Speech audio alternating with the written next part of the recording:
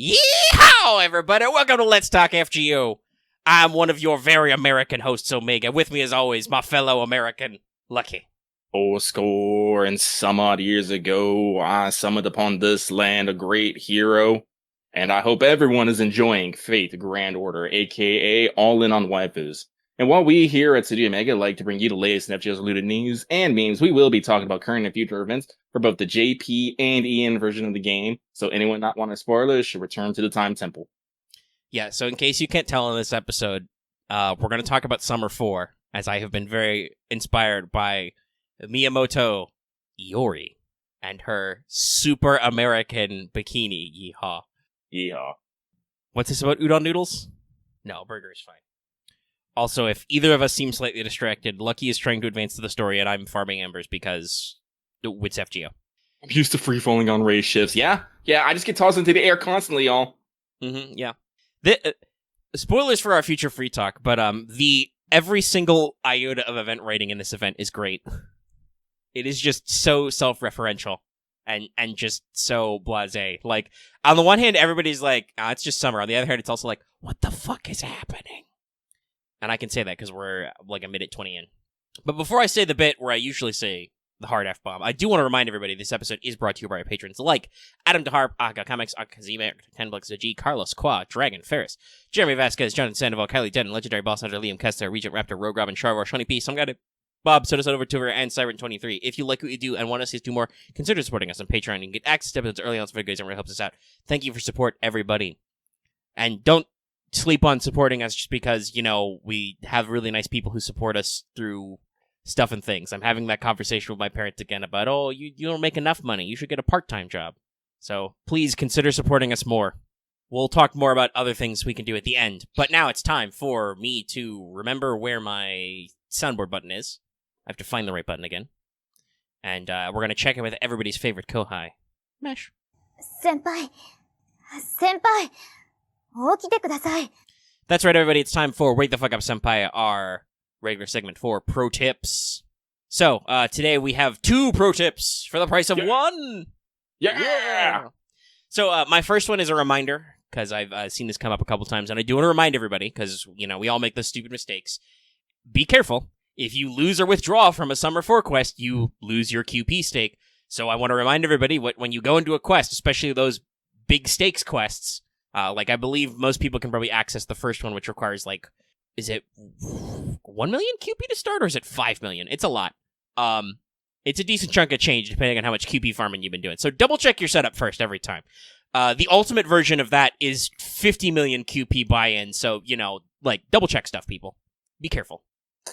Also, yes, I am farming Archer Embers right now. Why? You'll find out in a second. So, second one comes from me. It would have been first, but reasons. So, you might have already thought about this, but to maximize your QP gains in this event, you might want to consider adding your DaVinci QP CEs to your setup. Like I said, we have 2 of them right now. The Mona Lisa one will just give you a straight 10% bonus to every QP drop you get. It's not small. I do believe that actually adds on to your point total as well. Yes, every bit earned helps. I also believe the brand new CE Detective Foams is also QP related. I don't have any copies of that yet, but I believe it's recommended on the list. Yeah. Yes, if you have the MP to buy it, which I almost do for reasons, Detective Foams also works. So, but I will say I would caution you against adding it to your support setup, though. At least this early. Right now, this early in the event, most people are concerned about, farming for the event, getting missions done, getting event items, clearing out the shop, all that stuff. The QP thing is going to happen. The big grinding is going to happen later, especially since we have the QP point limit thing going on right now. Yeah. There's a lot of real sudden stop time gates in this event. Not, like I said, that I mind, because that literally gives you time to farm the QP and EXPs. But yeah, there's big stops. Big stops. So hold on to that thought, maybe to the last few days of the event, where most people will probably be done and probably just slamming back apples just to farm as much QP as possible. Yeah, obviously if your support setup is Merlin anyway, I think most people probably won't mind if you put Bella Lisa on there, but if you're one of those people who's putting an offensive summer caster on there, you should probably put drop CEs for a little bit at least. Like, people can't go that ham farming QP anyway. Yeah. So, keep it in mind. Casgill might be another decent one, but you should also keep in mind that people may want drops for that. I don't know. Casgill is a fine substitute because he does have a support kit. Yeah, he has a support kit. He has a swimsuit. Hell, there's a gimmick early, like I said. You have that the 4-man battle royale format. You get a free story support Musashi with that. Gee, guess who goes great with that? It's Casgill. But yeah, those are our tips. Yeah. There's a lot of QP rewards to be reaped in this, so play cool, everybody. All right. Well, Lucky will also continue because this is the first, for reasons, of our next segment, Records from the Throne, our regular achievement topic. Yep, it is me first today. I actually had to edit this because shenanigans. So, Lucky spent $350. Now, one might say, geez, Lucky, that's a fair amount of money. And I'm going to tell you, no, it's not, because Lucky has budgeted $1,000 for this event. Hey, budgeting. Yeah. You're not over budget yet. That's a win. Yeah, exactly. I'm under half. This is powerful. This is super powerful. I will say, though, all the quartz, I spent to the last quartz. I had literally had 2 quartz left. I was all like, nope, can't roll no more. Literally can't roll no more. And good thing, too. So, with this, I managed an NP3 Gunhime, as I have started calling her, and NP7 Carmilla. That's a lot. Actually, it is. I was actually able to get those 2 without actually spending money. Yeah, because I think I had like 20 something tickets and like 180 quartz ish. Yeah, so not bad. But I didn't get the 5-star CE, and I didn't get me a Summer Musashi. So, as always, Lucky started burning his soul's fire. I was able to get, like I said, I spent the $350. I was able to get Summer Musashi on the first pool of the final pack. So I had like 150 quartz left over. I was all like, hold. It's like, consider the following. Because unfortunately, Lucky did not do his due diligence in actually researching the Summer Servant. So I actually had no idea that Summer Musashi was an arts AoE berserker. I just knew she was a berserker, and I'm just all like, and I find that out, I'm like, wait a minute. And remember, kids, if you never will be caught off guard by an SSR, check out our Wanted series. Out now. What do you mean, wait, how? I just don't listen to people and I don't read stuff. It's really hard for me to ignore people. Also, to be real, like, this is the thing with doing Wanted. It's not like I discuss Lucky and I don't go in a room when I get ready to shoot a Wanted. I do that all in my free time. Like, while Lucky is at work making money so he can budget out how much Saint Quartz he spends, I do, Wanted in my bedroom in my spare time. Yeah. So it's not like we coordinate these things. Yeah, no. So at that point, I was all like, well, you underestimate how little I'm actually in the chats unless I want to go cause a ruckus. Trust me, if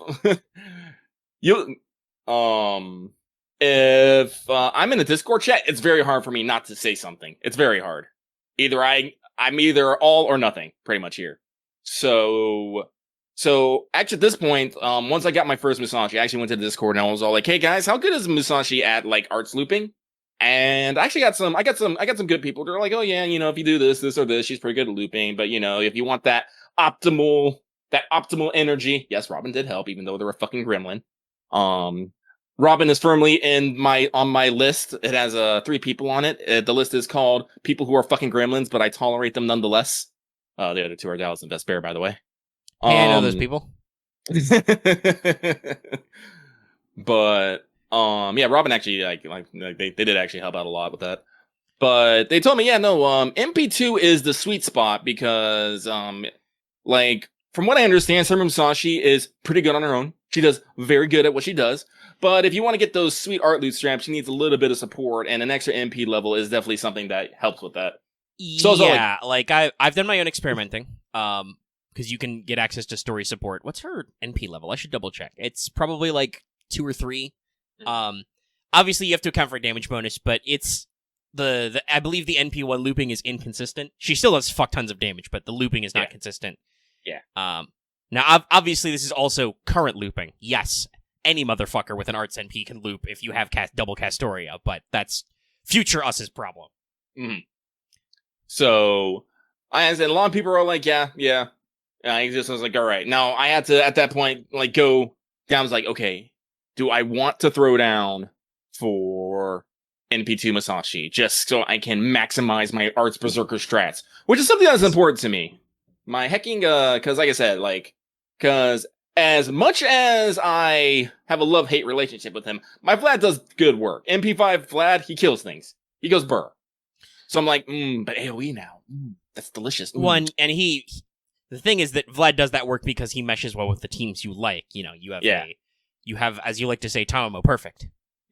So it all fits together like a. It all fits together. Lego. And so I decided, I will get me an MP2 Musashi. But what I decided to do is I decided to wait until after Banner 2. Because, like I said, I budgeted money, but Lucky has spent, God, I think I spent like $800 one year for fucking a surf, and I can't remember which one. Was it Kiara? Might have been Kiara. Yeah. So anyway, I was like, all right, no, let's wait until after Banner 2 is, and I've like, actually, you're probably right, it's probably Made, because that was the year of 13 Raikos. Yeah. The year that kept getting worse. One show it was 8, and then by the next it was 13. It kept going. Yeah, everybody's saying they're agreeing it was Made. People are like, yeah, I remember. I guess this is a moment that lives in infamy, I suppose. So, I decided to wait, but I still had 150. I still had 150 cores. I'm just all like, my neat Hime is not, NP 5 yet, and I technically have already spent the money. So fuck it, I'll roll. So I spent my next 5 rolls. I got min rolls for the first 4 rolls. This absolute 1 4-star CE. Sometimes it was the fucking event CE. Sometimes. And I shit you not, the very last roll, the very last card, or whatever you want to call them, pool, on the very last pool was my second Musashi. I'm just all like... Which, by the way, that's the bonus one then. That's the 11th. Yeah. So it's just like, okay, I guess I'm good. I guess I'm fine. I'm gonna go lay down on the ground a little bit. So I potentially saved a bit of my wallet. Yeah, literally at the 11th hour. I might have saved my wallet a little bit there. But then I also, at that point, had a pressing concern because I realized that now I have several servants level. And I'll bring this on to my second point here. So at this point, Siegfried, Saber Hokusai, and Gun Hime Smile is protected. I decided to smash out Siegfried as fast as I can because I realized you can't put temporary copies in your support setup. Nope. You cannot put that Hokusai out there yet. It's very sad. Siegfried apparently is in demand, though. I've looked at some of the guides to support setup. He's high on the list. Yeah, no, I got mine in there. He got his costume, all right. He's 1-1-1, though. I'm sorry. I apologize for everyone who has to see my 1-1 skills right now. If they're 1-1-1 right now, it's because I don't have the fucking cookies. Because... You really can't. Because, I have Sakura faces to feed, and they like being extra classes, which is gluttonous. They're gluttonous. Well, also, I want to put this out there for Maeve. It's also because she doesn't have as much bonus damage as Summer Hokusai, who is the same niche. Yeah. They're both art sabers. So, yeah, no, you are correct. She is not... Hokusai is the best choice, but you can't do that yet. You need to finish the first part. Yeah. So, there's that. I am currently working on Carmilla and Summer Musashi. I was actually working on the way here, but I'm trying to get through the story so I can actually, we could talk up to the time gate. Also, the beautiful thing about the time gates is that should happen basically every time you quote unquote finish a casino. So I love how this event has built-in Ember time in it. Mm-hmm. You finish a casino, you're like, fuck it, go do Embers. Go do QP. Do something with your life. Mm-hmm. Like, okay, I'll do it. That's what I'm doing right now. Yep. I am up to the time gate, and I am currently farming Embers for something of my own. Which, if Lucky has no further comments on that, I will exposit. Good. All right, so I went through approximately 333 Saint Quartzes, not dollars yet, and about nearly 20 tickets. I think it was like 17. I had like halfway through my 11 rolls or whatever, so I got 2 11 rolls on there. The end result is I got a Musashi fairly early, like I think on my first or second 10 spin, I got her right away with no fucking flair. What the fuck, FGO? And NP6 Gun Hime. That's right, I got a rare prism out of this banner. I didn't even have to spend any money yet. Along with a full set of CEs. No Carmilla yet, though. So we're waiting a few days. Also, I got a Future Summer. I got a Psychic Summer. I got my NP2 Landling on this. My second one. And obviously, because you can farm Berserker Embers whenever, Musashi's Smile is now protected. She is level 8444. I'll probably invest a little bit more on that by giving her the Berserker Embers out of this run, because I'm working on Hime now. I am now immediately going to transition into not All the World's Evil, but damn close. And I'm judging from what Lucky's story was, I believe he will echo on this. God, I fucking hate 4-star CEs. If I never see another Awakened Will again, I will die happy. You know what? If I hadn't seen one again, it would be great. But no, it's ruining my skip gang.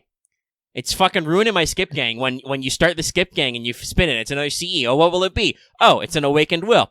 Oh, it's another fucking Awakened Will. I should have taken screenshots of all of these. I think I got 3 Awakened Will in one 10 pull. That's pain. I'm tired of this shit. It fucking sucks. All my 4-star CEs are max limit broken. They're useless to me. Stop. That said, like, overall, my rolling results, though, are good. I got my statistically expected SSR. It was not a spook. I got a fuck ton of, like I said, Gun Hime. When I got the 6, I'm literally like, all right, we have to stop. Carmilla's not showing up yet. We'll wait till the solo raid up. So, yeah, it was interesting. A lot of gold sparks, a lot of flashing. Very wild, but, you know, we do goo, and like I said, we're going to wait until a couple of days before we're going to go in and do Carmella. And like I said earlier, I don't have to spend money yet, but I think I said this off mic. We can be reasonably certain I'm spending money because I have 70 scene courts left. So even with monthly tickets, even if I take some time off after I do the next, get into the next time gate to farm free quests or do Prison Tower or something, odds are that for the second summer banner, I will definitely need to buy some SQ. And we'll see how that goes, because that'll be a different story. But yeah, so there's our roll stories. That's what we're doing right now. And as I was mentioning earlier, I've been experimenting a little with my Musashi. She's only NP1 level 80, but like, the damage output is crazy. With even like just Mystic Code buffs, she's already doing like 200k damage. I have seen people, getting her to like well over 1 million with the damage bonus. I'm sorry, I'm laughing at Blackbeard putting the dots together. Blackbeard knows what he's up. He's smart. I love Blackbeard. He's great. He's great in this event. He has I think that's when you actually do the second fight. You have a greater line later. Blackbeard's got some choice lines. The dialogue writing in this event is chef's kiss. We'll talk about that later when we do first impressions. Very quickly, though, I would like to ask you, did you finish your master missions? I did like a face there. So, to complete your master missions this week, I'm going to need you to perform 30 FP summons. You need to defeat 15 beast enemies, defeat 15 demonic enemies, defeat 3 knight class servants, defeat 3 cavalry class servants, and acquire 3 skill gems. Do the event or any of the fucking thing. Do anything. But also make sure to roll your FP gacha. Get those rolls in. Get that free CE if you haven't spent shitloads of money. Or sync quartz, whatever. And that's our preamble here. It took about 20 minutes. Big long roly pants stories. So, let us move to the news. It's mostly JP. I think the only quote-unquote news was that Summer 4 happened. So, we expected it. Everything worked out. So, we are in the middle of JP's Anniversary 6 celebration. Every day they've been rolling out a new stream and a new little something. Excuse me. We've already started rolling out CEs and Memorial Quests day by day. There are some very spicy images coming out. I'm going to need me a Kama. I'm going to need me a Melt. I'm going to need me a Carmilla. Sadly, it's only 2. Still 2. Really? I heard someone saying that you can roll on for them now. Is that wrong? They might be in the... I think they did it last year as well. I think you can roll in the summon banner and still get them as well. I have to double check. Yeah, because you can roll for spares, yes. I mean, I might. Not for all of them, yeah. Well, so the next step... Sorry, I'm frantically trying to remember how to type in so I can look at the pictures. Type in the correct wiki for FGO. So, Memorial Quests are also rolling out day by day. There's a questionnaire to actually pick what the last one is. The last 2, I think, is. Which is pretty cool. You get to, like, say what battle from Lost Belts from the Part 2 arc you love the most.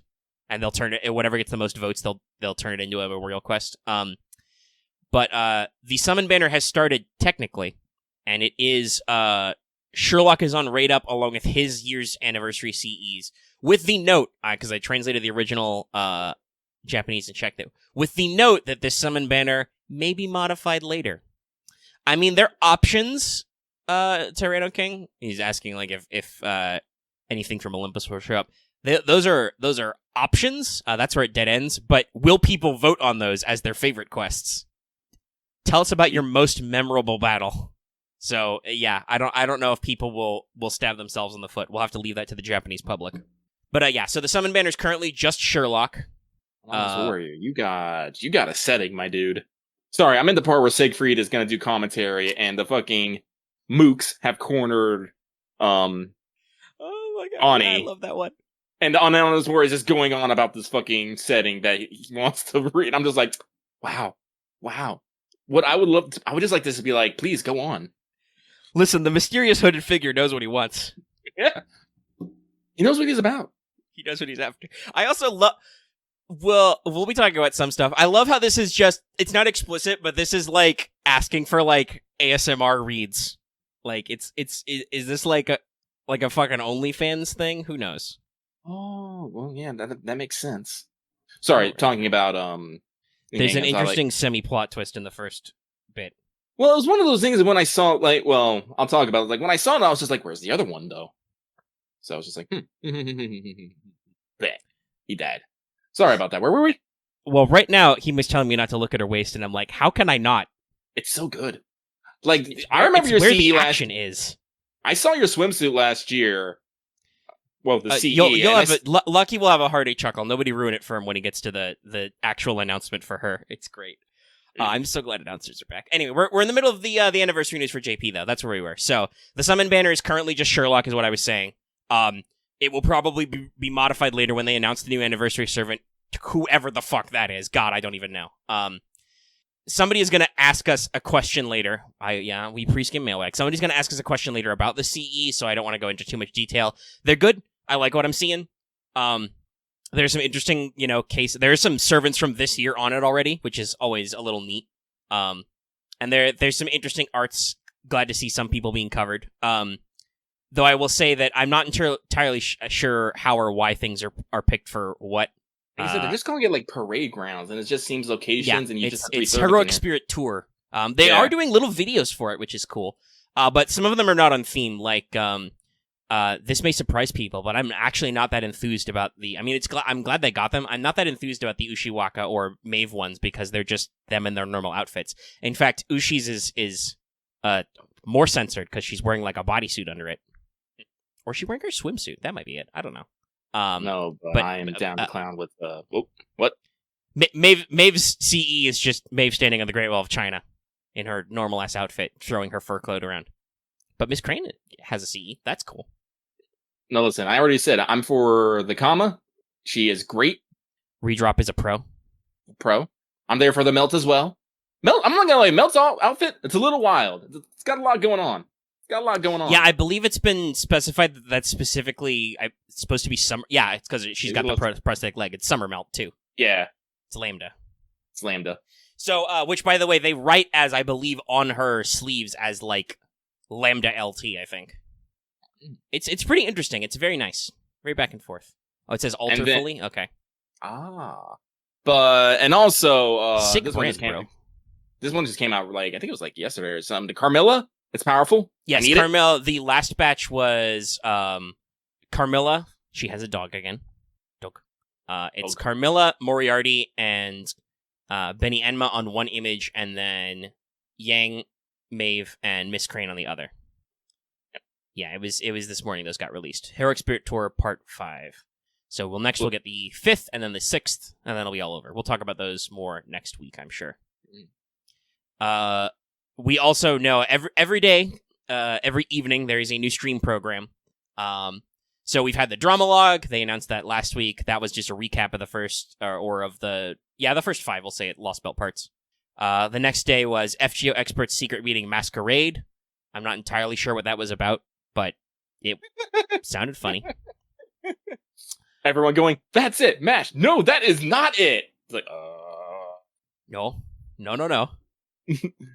My chastity's in danger. The third one was King of FGO Information, which had 2 exclamation points. I am fairly certain that was a, whatchamacallit, that was a trivia. If I don't make it, make sure you give me a proper burial, okay? My hips are gonna be fucking crushed. I won't spoil it. There's definitely a crushing danger in this upcoming scene, though. But no, so, King of FGO Information, I think, was just a big trivia game. Mm-hmm. They also did last night was a Caldea radio broadcast that was about the Solomon movie, because that came out, so they did a special Caldea radio. They talked about it. And they will follow up next with FGO World. That will be like super late tonight, I believe. That should be game information. And the final day is the previously mentioned Maya Sakamoto Unplugged concert. So all in all, a tidy little day of stuff. It seems cool. And like I said, every day they're rolling out new CEs, and I would expect they're gonna go deeper on that. If FGO World is the game information, I expect that will be any new servants, whatever those may be. I know everybody's hoping and praying for new bronzes or silvers. Come on, do it for me. Give me a win. But also, that will probably be where we see our first slide. Yeah, Tyrannicus brought up our first slides of summer. Who's coming up? Very curious about that, by the way. Once again, this new summer is full of landmines for characters. Early Da Vinci says she wants to go into the singularity to check it out. I'm like, are you calling your shot? Are you getting a swimsuit? Is this what's happening? Honestly, what's going on?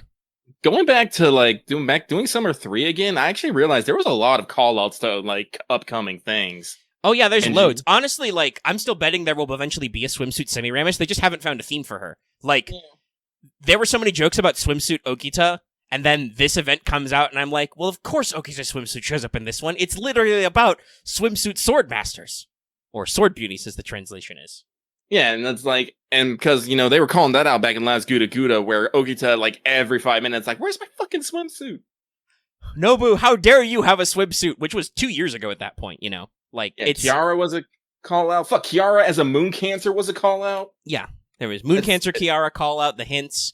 You just saw the scene where they talk about, they brought back up Kiara's Dojin. It's all interesting to see everything go back and forth. Yeah, Abby's gotten some call-outs. It's very interesting. We'll see what happens. Well, I'm interested to see where they go with this, because there's a lot of different themes, and I think that FGO is very thematic and they plan very far ahead.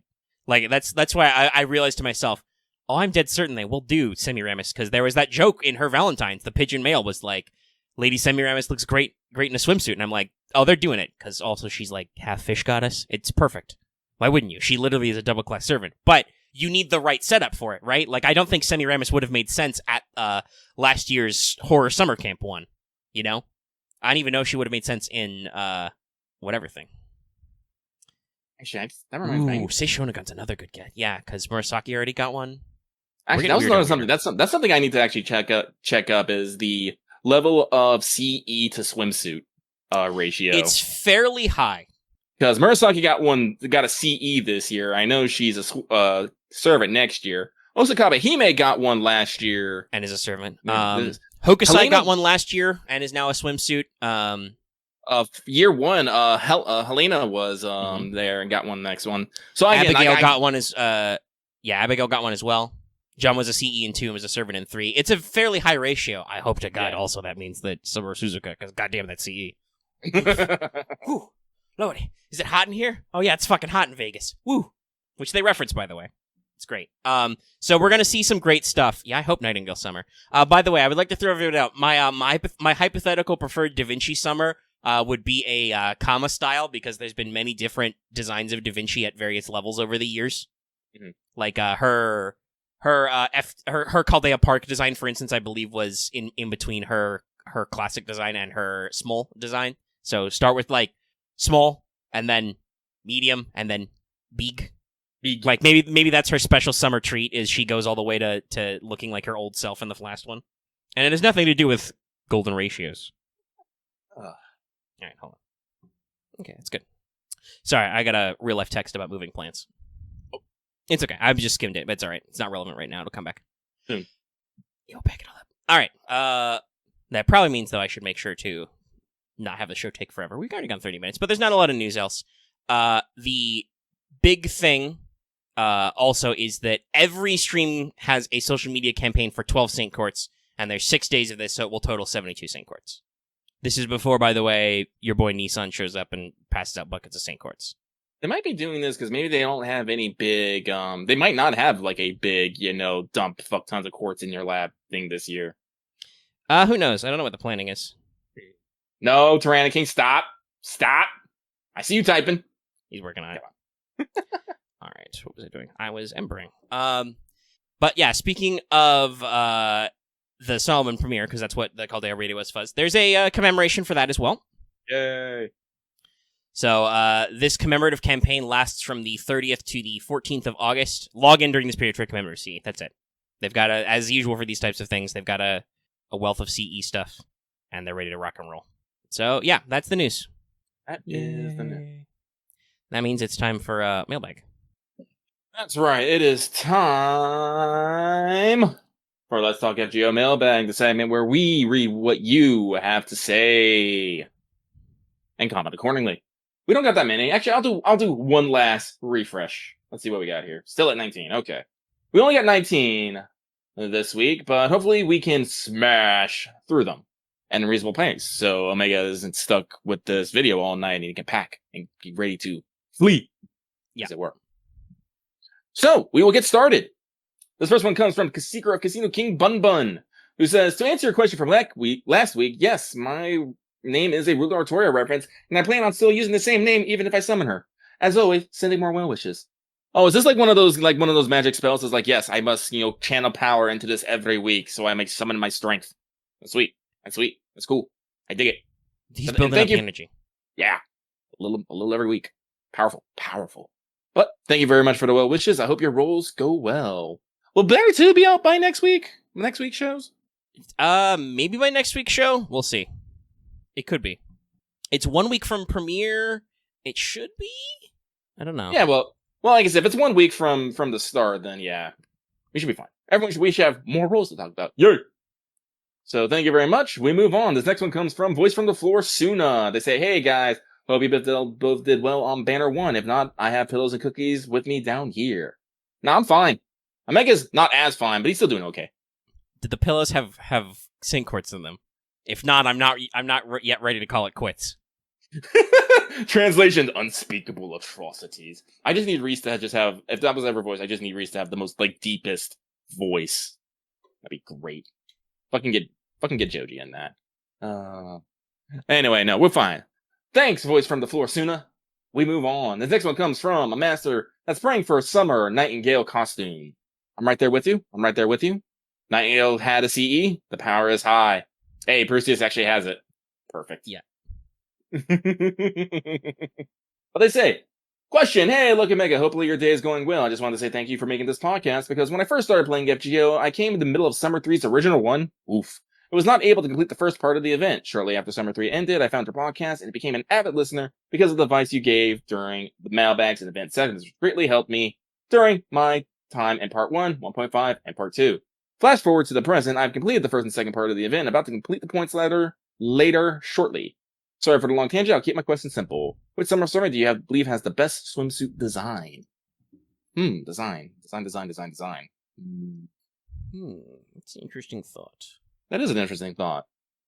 Oh, honestly, at this moment, at this particular moment, I would have to say probably Carmilla or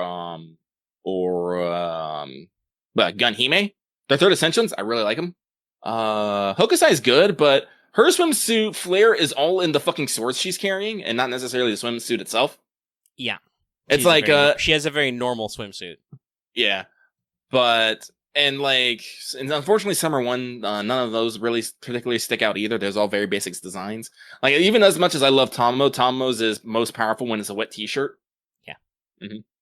But Carmilla, like you said, has a design that's unique to her and fits, including her little, wrap.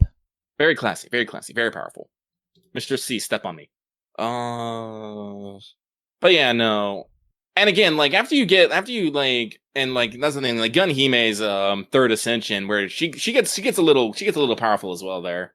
It's just enhance on those hips. Enhance! I mean, I don't know. If you want me to go full fail portrayal, guys, I don't actually think that Summer Artoria Rulers is that crazy. Okay, her final ascension's really good, but in every sprite or style, she has a lot of accessories. Her third one is very over the top, but I don't know if it's got a great design. It's just got a lot of elements. Summer Jolters is pretty good because it's up there. a lot of the welfares have at least decent ones because they know that that's their only design, you know? Then again, that means also that, like, as much as I like her, Summer Ishtar is just pink hoodie forever. Yeah, she don't take it off. I know, everyone, we know her swimsuit's underneath it, but you don't get to see it. Like, heck, it's Schrodinger's swimsuit. Oh no, Siegfried is so down about the glasses comment. I bet it was Sigurd who told him about that, the shining thing. I bet they get along. I bet they get along great. Yeah. Yeah, but also I want to throw that out there. The bunny bit's not a swimsuit, though. Yeah. It's a bunny It's just a bunny suit. It's relevant, but because as she points out during the event when you meet her, it is the uniform of casinos everywhere. But it's not a swimsuit. She doesn't get a swimsuit until her second ascension, and then you can't hardly make out her body detail because she's in a different pose and she's holding up a parasol. Very lady. Like I said, very elegant, very designed, but yeah. I totally forgot. Listen, I'm used to Megan cutting me off. I didn't even remember there was a cutoff. Was it the thing about the bunny? I think we were both saying about the bunny suit. Probably, yeah. Like I said, like that's probably why I'm not mad. Oh, me about saying no. Megan said the same thing basically. Like no, I remember what I was gonna say now, but I was gonna say it's up there, it's upper tier. But yeah, I think that's enough on. Oh, well, actually, let me think here. Helena is interesting because it's literally a middle school swimsuit, which goes to fucking. The best thing I can say is a skimpy old Ultraman cosplay.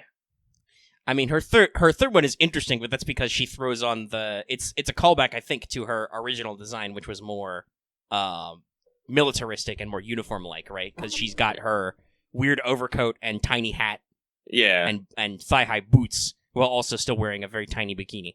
It's weird. Grandma, why are you in a micro bikini? Stop that. You're cute, but you're also my grandma. Just the granny jokes.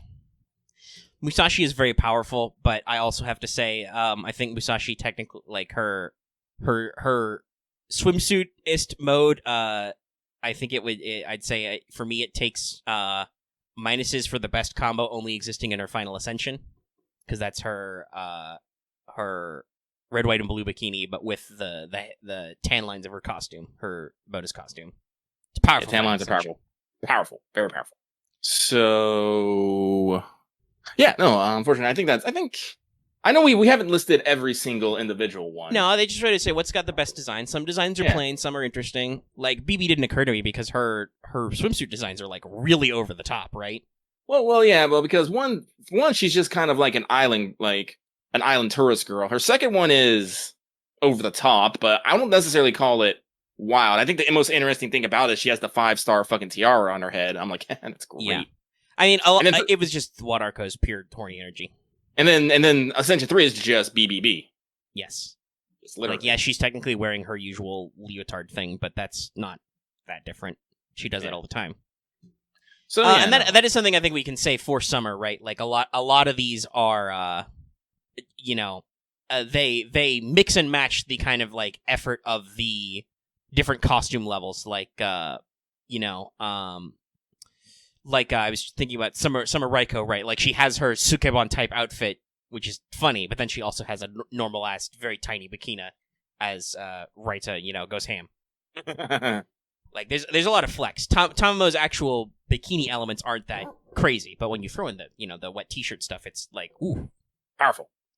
Please give me some like 3 different designs, but they're all just swimsuits.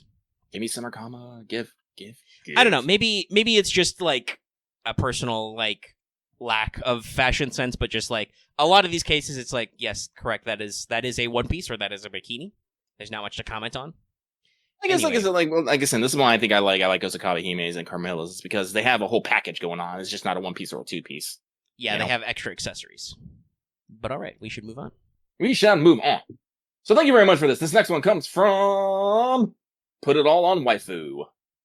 Also, yes, I won't call it a swimsuit, but Siegfried does look good. I like it. I'm gonna keep him in this suit. It's great.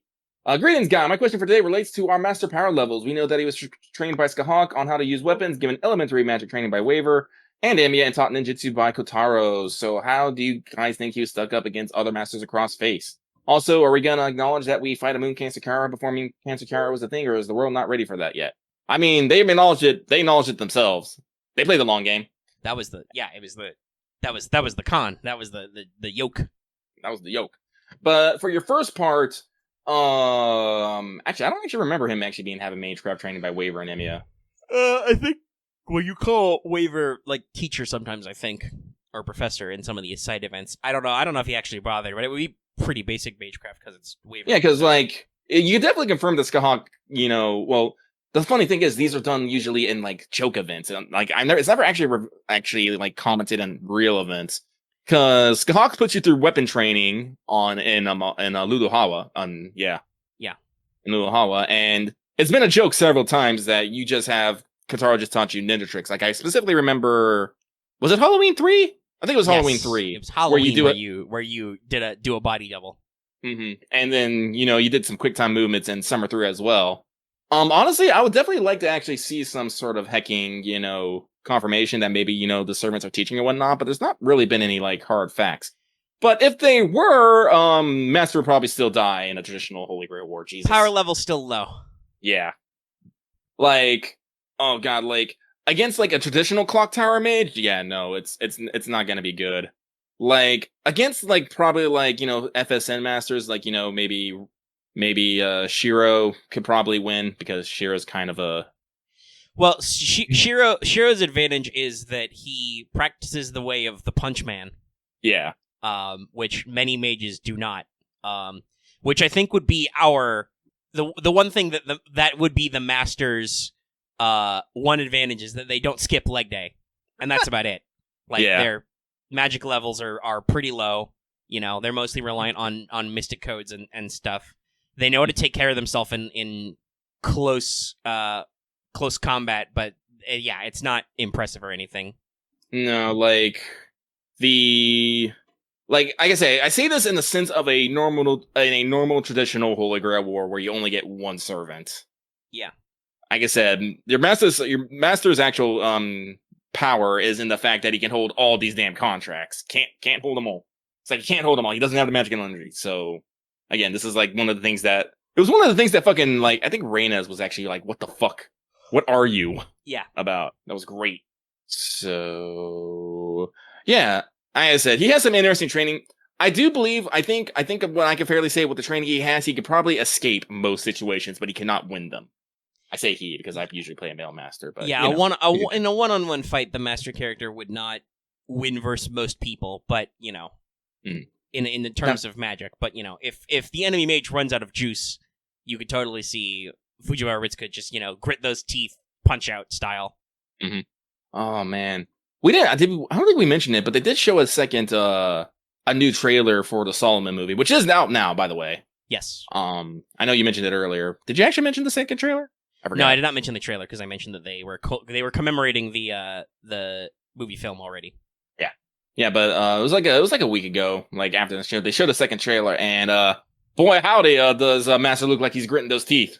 It's something. I'm excited for it. Aniplex US, where you at? Yeah, we still didn't really get a lot of news about that particular aspect of anything.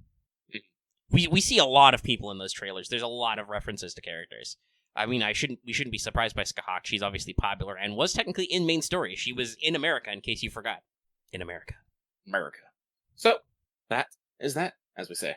We shall move on now. Thank you very much. This next one comes from the Tyrant King deciding on whether to roll on the new Zero Legion banner in a few days or wait. Zero Legion banner? What? I don't get it. Is that some kind of Zero Legion? Some kind of... Is that... Actually, I sent God it is two. Is that punishing? Oh, Vanguard Zero. Okay. I don't know what that is. I'm sorry. Well, it's that card game that only he likes. So, they say, hey guys, with all the new anniversary CE so far, which are your favorite? If this question has been asked, a follow-up, just in case, how hooped are you for Solomon movie? And what scenes and or sermons are you looking forward to seeing animate? Take care, and have a good weekend. Also, poggers. Well, technically, I think we already answered. Did we already answer the first part of the... I don't think we really said super wet. Like, you said you wanted Kama and Carmilla so far, but I don't know if that, like, is that you think your favorite? Or that's the extent of your favorites? Fortunately, well, not fortunately or unfortunately, yeah, I have to say, yeah, like I said, just because I like to go ham, and no Tamamo has been shown yet, how dare. So yeah, no, I probably have to go with, ranking 1 to 3, Kama Melt, Carmilla. Yeah, I mean, my thoughts aren't too different from what I said already. I appreciate a lot of the different people getting it, but there's also a pretty cool Ishtar, very elegant, many flowers.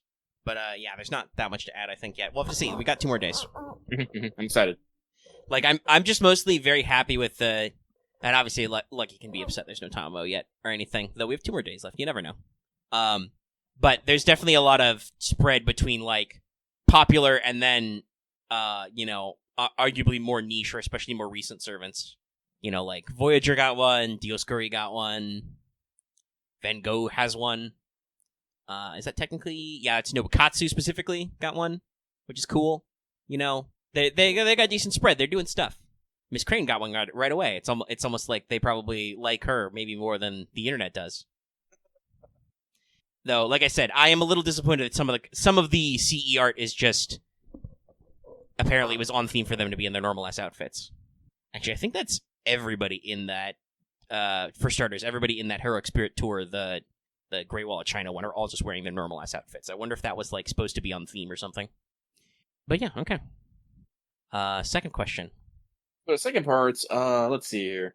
What scene am I looking forward to the most? Oh God, just I think I've said this before. Just Snowflake Shield, just that moment. They keep teasing it. They keep dancing around the edge. I'm just like, well, yeah, they probably don't want to show it. Of course not. I'm not gonna lie. To that point, yeah, I'm just gonna say the climax is what I'm about. That sequence is so good. Man, I hope they go.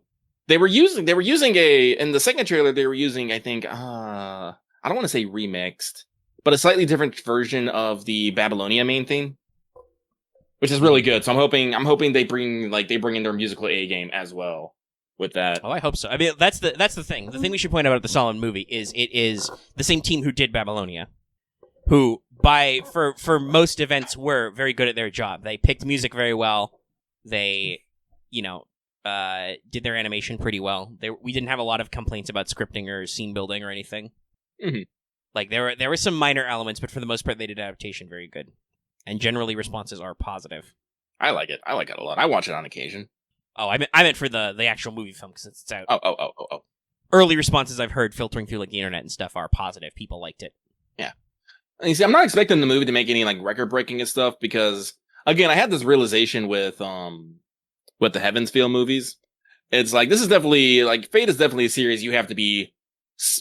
I don't want to say heavily invested, but you have to have a fair amount of investment in the setting and the franchise and understand what's going to get the full experience, I guess.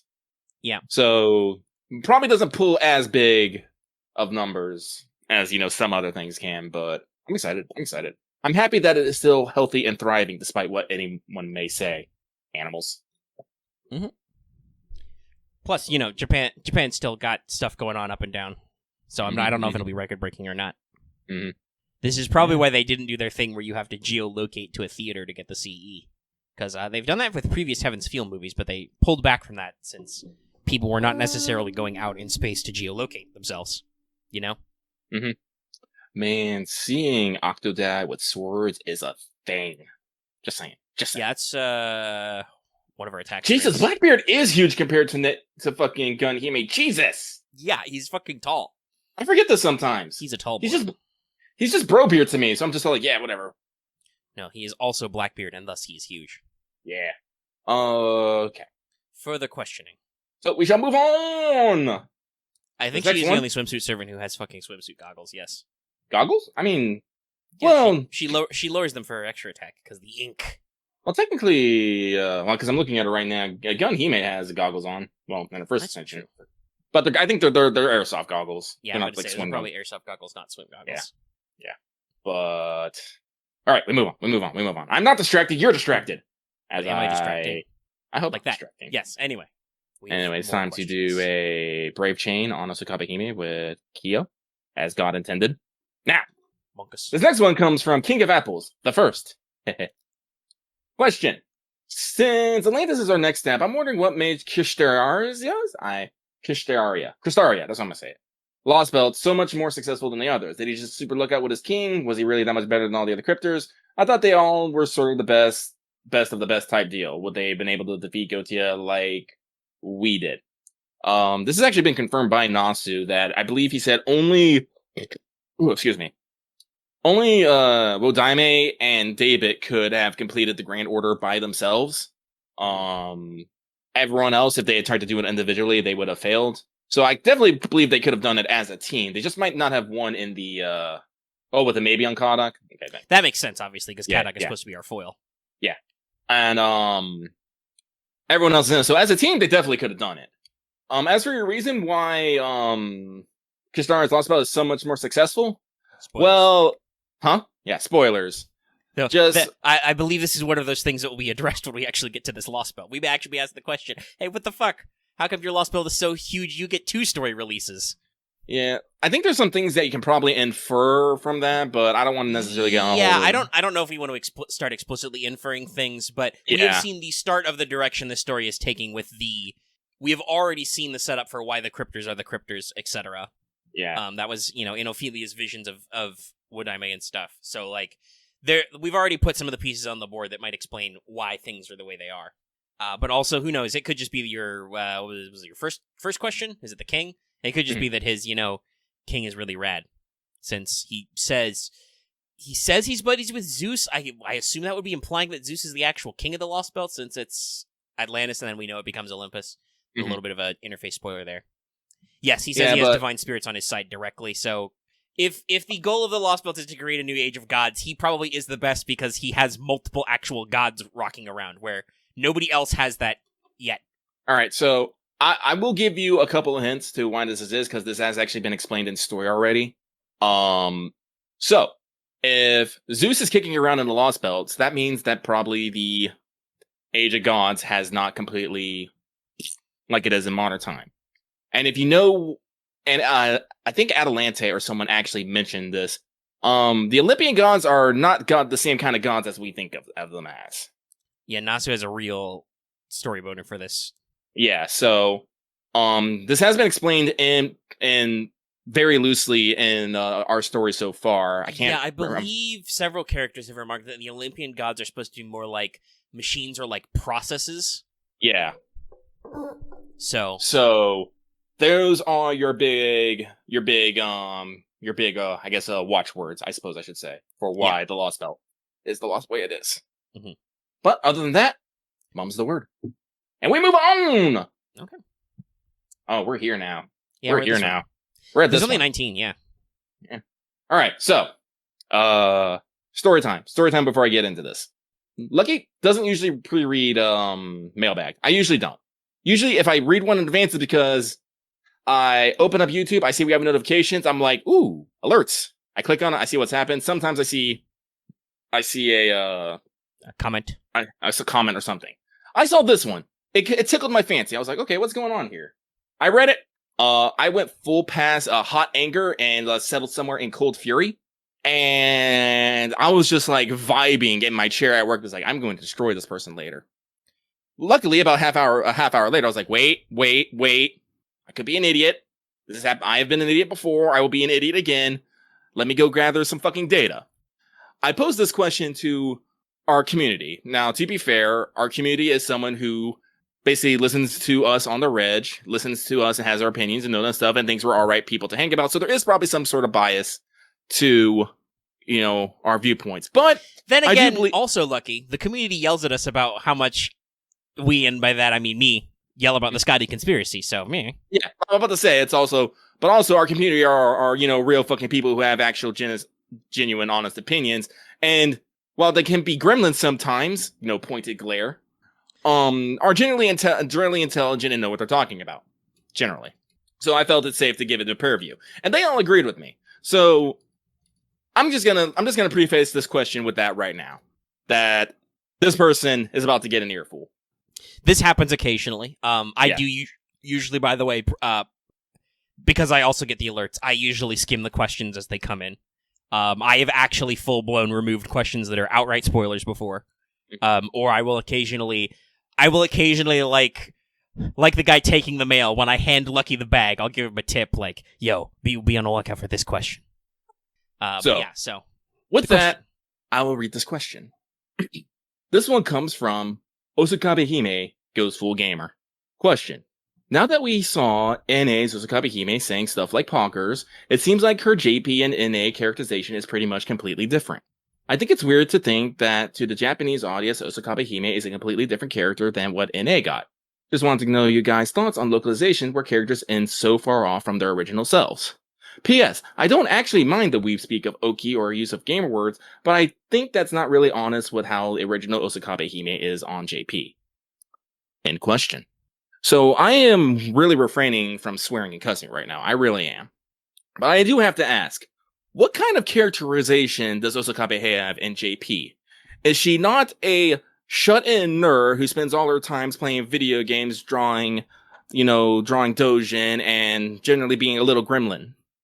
I mean, I'm literally reading. I don't have her new ones, her swimsuit ones, but I'm literally reading a comparison between the official English, the Japanese, and a fan translation of her original assassin dialogue. Her skill lines are meal delivery for 1, sorry to keep you waiting, and then skill 3 is buy it with 1 click to buy, and then her skill 4 is buying it. Fan translated as buying it online, or the English was 1 touch. So like buying it in 1 touch. Honestly, like her. Hell, is this? Yeah. The fan. Hell, there's even a different one. I'm just reading my room dialogue. No quest today. Yay. We're not going on a quest. Yata. Like there's some similar back and forth. It's not really that different in a lot of this my room dialogue. Now, people, you have to understand, I love Japan. I genuinely love Japan. Yes, I am a huge Japan otaku. Call me weeb, call me whatever. I love, learning about Japanese culture and all that crazy stuff and whatnot. Even the sense I say that, I suck at Japanese. I literally, genuinely, honestly suck at Japanese. I think I can call myself maybe a 1+ to 2+ in my Japanese comprehension level. Like, I think, actually being proficient is like a 4. I believe. But Lucky, this is one of my random thoughts. I don't want to take too much away from Lucky because he's in a lot of thinking and polling on people. But I saw this whole conversation and this question. I've been thinking a little. I got a first little bit of spice to throw in there. You listen to a lot of people speak Japanese. You watch a decent amount of anime. And while obviously anime Japanese is not the same as literal conversational Japanese, you know the difference between a character who is being presented as speaking like a normal person and a character who is not. Have you guys heard Blackbeard or Osakabe Hime with your ears? Like, Blackbeard, for instance, he's not talking like a normal human. He talks in a little gremlin voice. Like, literally, that's a Blackbeard line right there. Yeah. It's not normal. That's not typical. That's not how Japanese people communicate. Yeah, it's an interesting back and forth, right? So, but you, I believe, were saying your comprehension of Japanese is not perfect, so you are not an original source. I'm not an original source. Also, I just someone actually thankfully just linked a guide of Japanese slang and how it is. And I just saw Osakabe Hime go TY for Blackbeard when he gave it a heel, and I was like, oh, and originally she probably just went ari instead of like arigato, because that's one of the ways that Japanese slang shorthands things.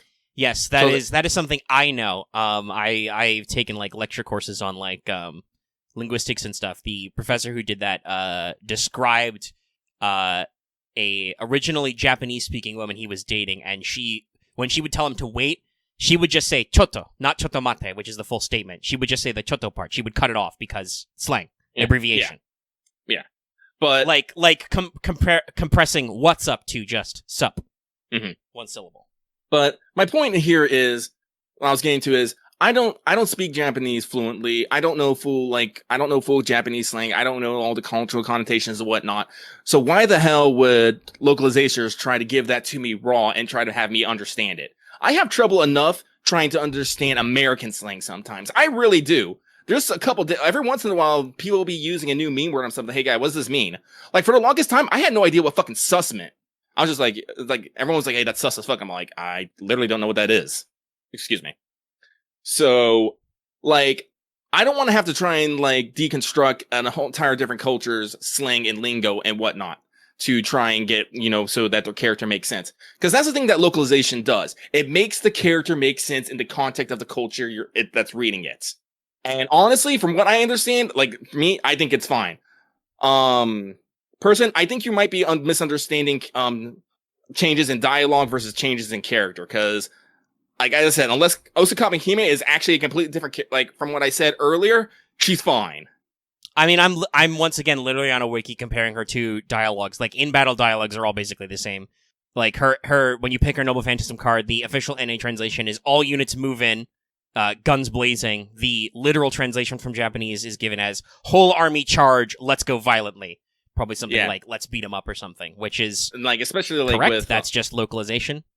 Oh my god, 'cause- does she? Oh, okay. This is a good localization. So, one of her attack she calls is just in Japanese. She says, grenade. And actually, let me check if that's not. She's literally. I'll have Google Translate check this. Is she literally saying grenade, like Englishy? Yes, she literally says grenedo.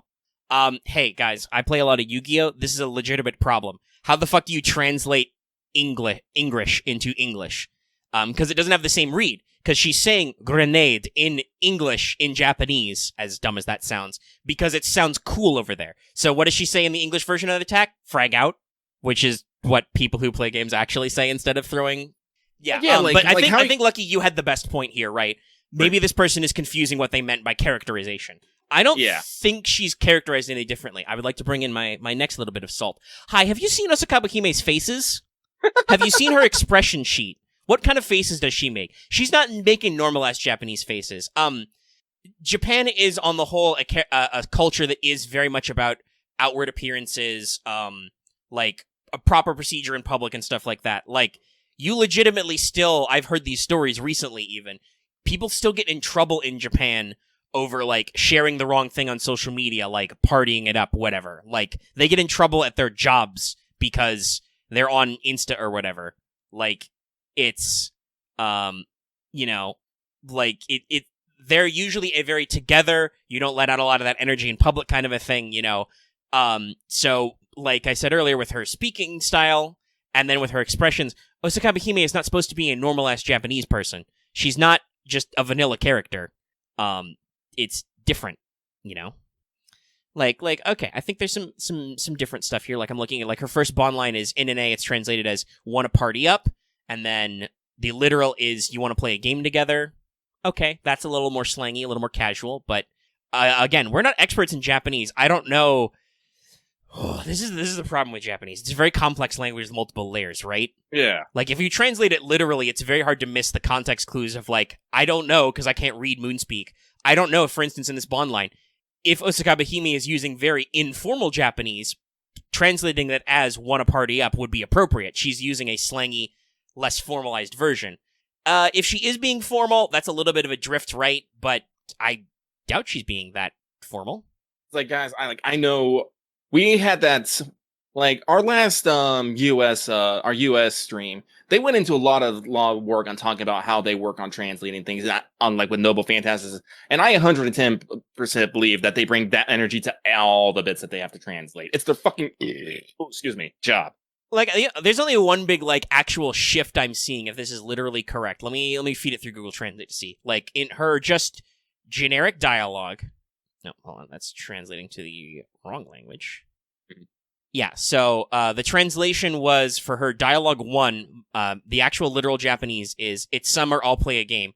In NA, it's like, it references master, okay, Machan, I want to get a pairs match. That is a localization of that translation to give it more context because quite frankly, just saying, it's summer, I'll play a game, literally doesn't probably have the same meaning in English as it does in Japanese. Like, that's right, cultural context and all that stuff, Yeah, so, yes, while they have to change dialogue for, for American, well, I shouldn't say American, because this is an international game, for, English-speaking people to understand, I don't necessarily think that they have changed the essence of what Osakabe Hime is. She is still someone who's avoiding reality, hiding away from everything, and now she just got obsessed with Battle Royale games. It's like, so she's going to switch to more gamer speak. Like, I was actually talking about this earlier. Like, I don't talk here. Like, when I'm doing this, I don't talk the same way here as I talk when I'm playing Final Fantasy 14 with everybody else. Like, yes, when we special language. Yeah, we have our special language. We kind of that. We constantly reference meme. Like I Which, can say does happen a lot when they in this segment with Osakabe Hime, because she's literally in a battle royale game. They're playing Fortnite. That's the joke. The joke is it's Fortnite. And so like we Sorry, start playing little 14, we start cracking jokes all like the final days were upon us whenever something bad happens. Like if you don't know, like if you don't play 14, you haven't seen the latest shit, you have no idea what that means. It's like it's just like that. So but it has to like go into a way that like that's how very glib. And I think to wrap this up, first of all, like I think the main thing is that to actually do a little bit of digging down, it seems like the what the localization went for this time is they translated a couple of Osaka Hime's yata, yay, as poggers, which is not literal, but has kind of the same slangy, excited, very memey localization, right? Man, you can't go on Twitch without someone screaming poggers every 15 seconds. Yeah, if she's playing Airsoft and FPS games and referencing Fortnite, she's going on Twitch, right? Yeah. Like, it's a similar thing. Wow, Robin.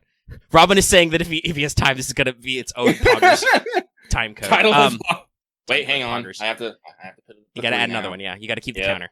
Yep. So, like, yeah, there's a little bit of drift there, but they're trying to keep the same feel. And I've only ever heard yata in references to, like, anime and video game win quotes. Like, it seems a little gamey.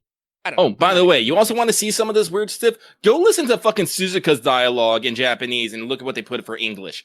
Oh my god, well, this is the thing, right? Like, there are a couple of characters in FGO and Fate who have crazy dialogue in the original Japanese. Suzuka's one of them, because it's peppered with JK slang. Tamamo is another, because Tamamo has her own dialect of speaking, which involves her own random outbursts in English. Tamamo shuck! Or sunshine. Still don't know why she yells that. With also, she speaks in very archaic Japanese. Like, we should consider ourselves lucky that some localizer thought it was too much of a pain in the ass to throw in a lot of these and thous like they usually do. Like, Japanese has a lot of layers to its translation, and yeah, sometimes stuff is missed. Like, yeah, do you think that Tamamo speaks very archaically? Probably not, but it's probably because she's a huge pain in the ass to translate, so they have to do something simpler. And they usually keep in all her speaking with hearts, stars, etc. It's pretty nuts. But also, I want to throw this out there. I did a joke in the thing about W, because somebody said lolo, and I'm like, no, you mean W. I want to bring this up, because I talked about this last time Osaka Hime's dialogue comes up. Guys, have you heard of VTubers? Virtual YouTubers? They're big in Japan right now. Actually, they're big across the whole fucking planet. Yeah, have you ever actually, watched them speak? I have, first of all, I've heard this from a couple of people who I know, like, I've followed some YouTubers and seen some other people who, are bilingual, right? Japanese and English. I already think Osaka Hime talks like them. But, my further proof is, VTubers. Have you watched VTubers who understand any English speak? Yes, they absolutely pepper in a lot of crazy stuff and go back and forth. And you can't escape it! You can't escape it! Fucking Siet Pyramid Himeji! Why? Yeah. Why? It came back with its own shock. I love it. But also the other thing is, what's even worse than the full-blown bilingual VTubers who will pepper in a lot of stuff? Have you ever heard VTubers who don't speak a lick of English? Other than, Miko's Irito English, she just loves to shout, fuck you. That's actual Japanese people. It's just sometimes they like the sound of things. English is a very common slang language over there, which, like I said, I talked about Yu-Gi-Oh! Translations before, right? Or English is another one. There are so many Yu-Gi-Oh! Cards where their names are just English letters. Like, cards that are called Dragon, in Yu-Gi-Oh! in the OCG are usually literally Doragon. Like, actually, they just Englishly say dragon. Now, sometimes you just translate it as, yeah, it's just blah, blah, blah, dragon. But sometimes it's like they're making a reference to something that doesn't work in English. Yeah, Blue Eyes White Dragon is all in English. I think I talked about this for a live twin card. In the original Japanese was translated as was literally, its name was written Live Twin Easy Game in English. How do they handle localizing this? They called it Live Twin GG Easy, which, while very cringe, as the kids would say, does get the point across, right, Lucky? It's a slangy translation of something that is not literally in Japanese in Japanese. I'm sorry, Blackbird just backstabbed Osakabe Hime with, "Hey, Batty, you sure you don't need to work on your draft?" It's just like, oof. Not right now, I'm busy. But yeah, so like I'm skimming through the dialogue. I don't have a lot of access to stuff, but I have access to a Google Translate. I think that for the most part, while there are obviously some lines where they take them in different directions, most of them do not seem characterization based. So yeah, I guess that's our question here. Like, are you sure that's what you meant when you said characterization? How do you think she is characterized? My final bit of spice before, because Lucky's completely distracted by reading this dialogue right now. No, sorry, no. I actually got the intro to the duel, and you're right. That is totally Merlin. Now that people have said that, it's like, no, that clicks now. It clicks. And then the beautiful thing, Osakabe was like, wait a minute, what's going on here? I'll work on it. Hold on. What? That was great. But no. So my final bit of spice here, again, is just bringing this out there. Okay, it is possible that the kind of slangy terms that she uses in event dialogue and stuff are less frequent in the original Japanese, right? It is possible. We can't read the original. And some of it might just be a tone thing, you know, maybe she speaks in a more informal voice versus a formal voice kind of a thing, you know, et cetera, et cetera. But like I said before, in Japanese culture, like, you have a lot less leeway when it comes to, like, are you being a weird gremlin right now, right? Like, to us in America, just a little bit of gaming slang, a little bit of, like, social media slang, that's nothing. Everybody's a fucking normie like that, you know? People know words like normies. You know about Twitch, you know about Insta, you know about streaming that, you're gonna TikTok that, etc. Like, a lot of people casually know a lot of internet slang, because we're all on the fucking internet all the time. So, if she was just a little bit slangy, it's entirely possible that, what to the Japanese audience, like, just those couple of references she makes to being a shut-in, right? Because she does explicitly, that is literal. She talks about going home, staying in, being a shut-in, hikomori, you know, stuff like that. Buying on Amazon, like, literally, you know, one-click buys, etc., right? She, all that is in her original dialogue. That little bit may be enough spice to let the Japanese-speaking audience know, oh, she's a weird shut-in. To us, that wouldn't mean anything.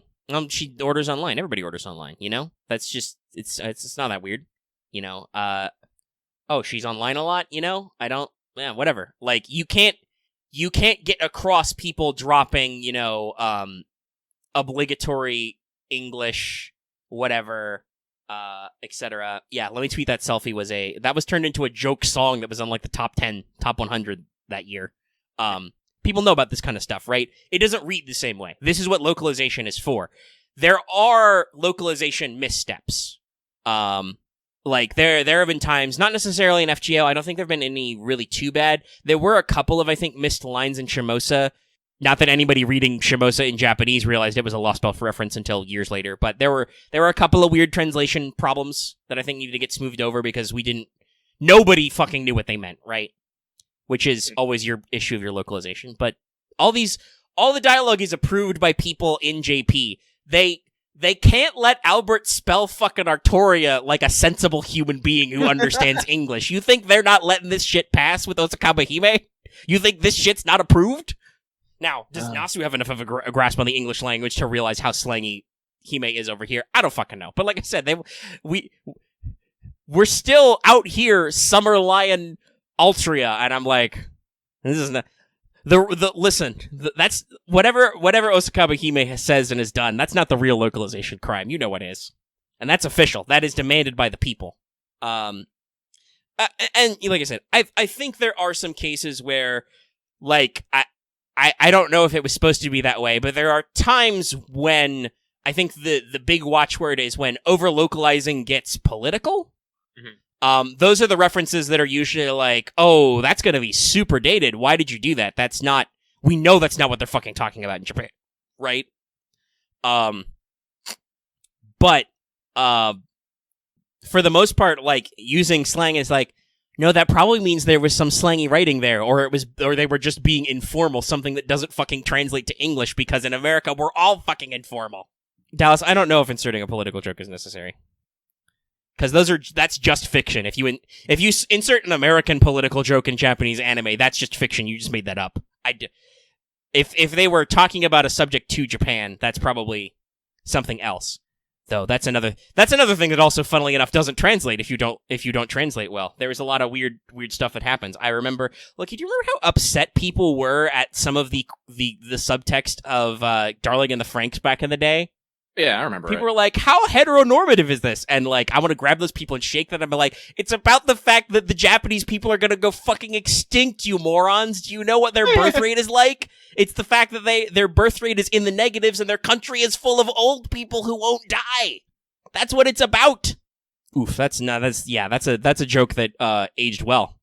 Somebody in chat referenced a timely reference in a dialogue. That's what I was going to say. You got to be careful about things aging. That's something that shows its marks of like accidentally making a period piece. I mean, that happens in English stuff. By the way, I want let you all to know that before we started, I asked Omega to stay calm and let me handle most of the yelling. That has not happened. He has taken control of this as usual. Well, you kept getting distracted by the dialogue, so I was like, I feel like I want to keep filling space. I probably shouldn't, just because we have the void that we can snip the silences. Yeah. But I feel like you lost your momentum in there sometimes. No, you just wanted to talk. Well, I had my little points. Chad keeps egging me on, though. I'm about to say, points that took majority of it.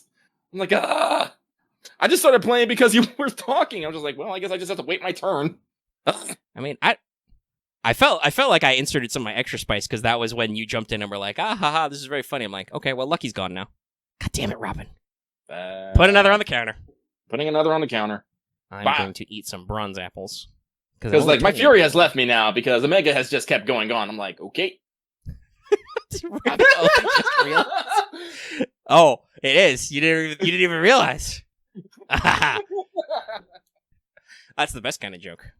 Yeah. People will get it if they read that. When will you learn that your actions have consequences? I honestly, Lucky, I feel like at times it's hard to stay mad in these moments because we have the live chat and the back and forth. I guess it is, yeah. But if I did cut you off of any of your salient points, did you have anything you want to double back to? No. See, here's unfortunately the thing is we usually have a lot of the same points and whatnot, and so it's like, no, you said what I was gonna say. Oh, you did it again.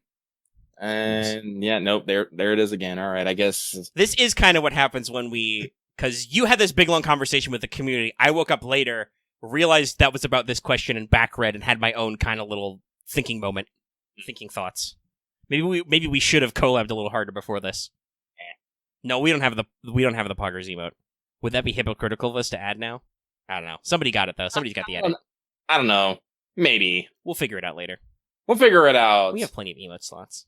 I'll ask the FGO chat later. Hey, do you want the Poggers emote?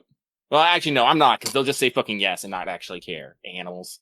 Okay, I'll have to make it a devil's choice then. The question is, do you, Lucky, want the Poggers emote? Because you're gonna fucking No. What I'll do is I'll make it a devil's choice. They'll get the Poggers emote, but I'll remove an emote of my choice for it, and I won't tell them which one. Oh no. We have I don't know. It's up to me. It's up to me, Robin. But like I said, yeah, no, it's tyranny. Hey. I like to say I'm a benevolent dictator.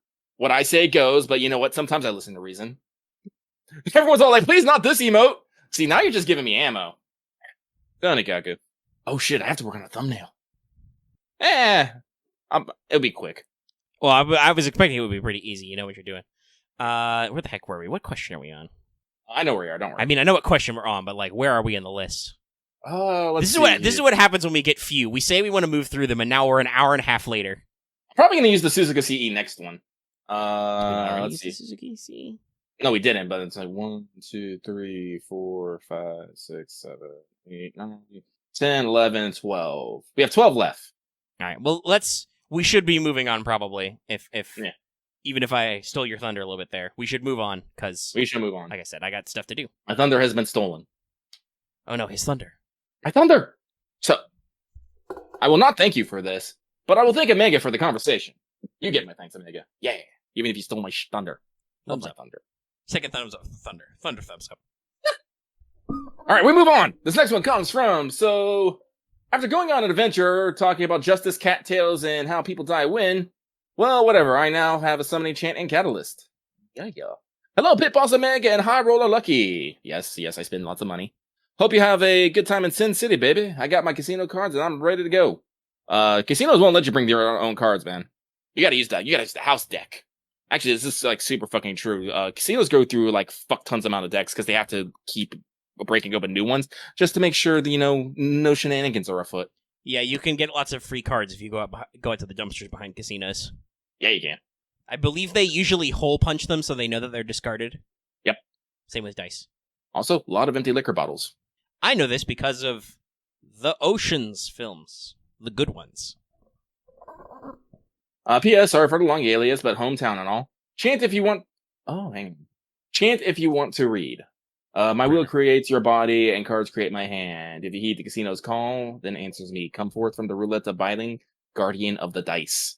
That's a solid start.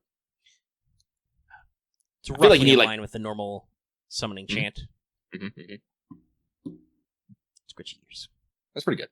I approve. I hope it works. Or worked. See, there... Carlos did improve on it. Hey! You get the whole thing. Nice. I'm not gonna read the whole thing, but that is cool. I approve. Thumbs up.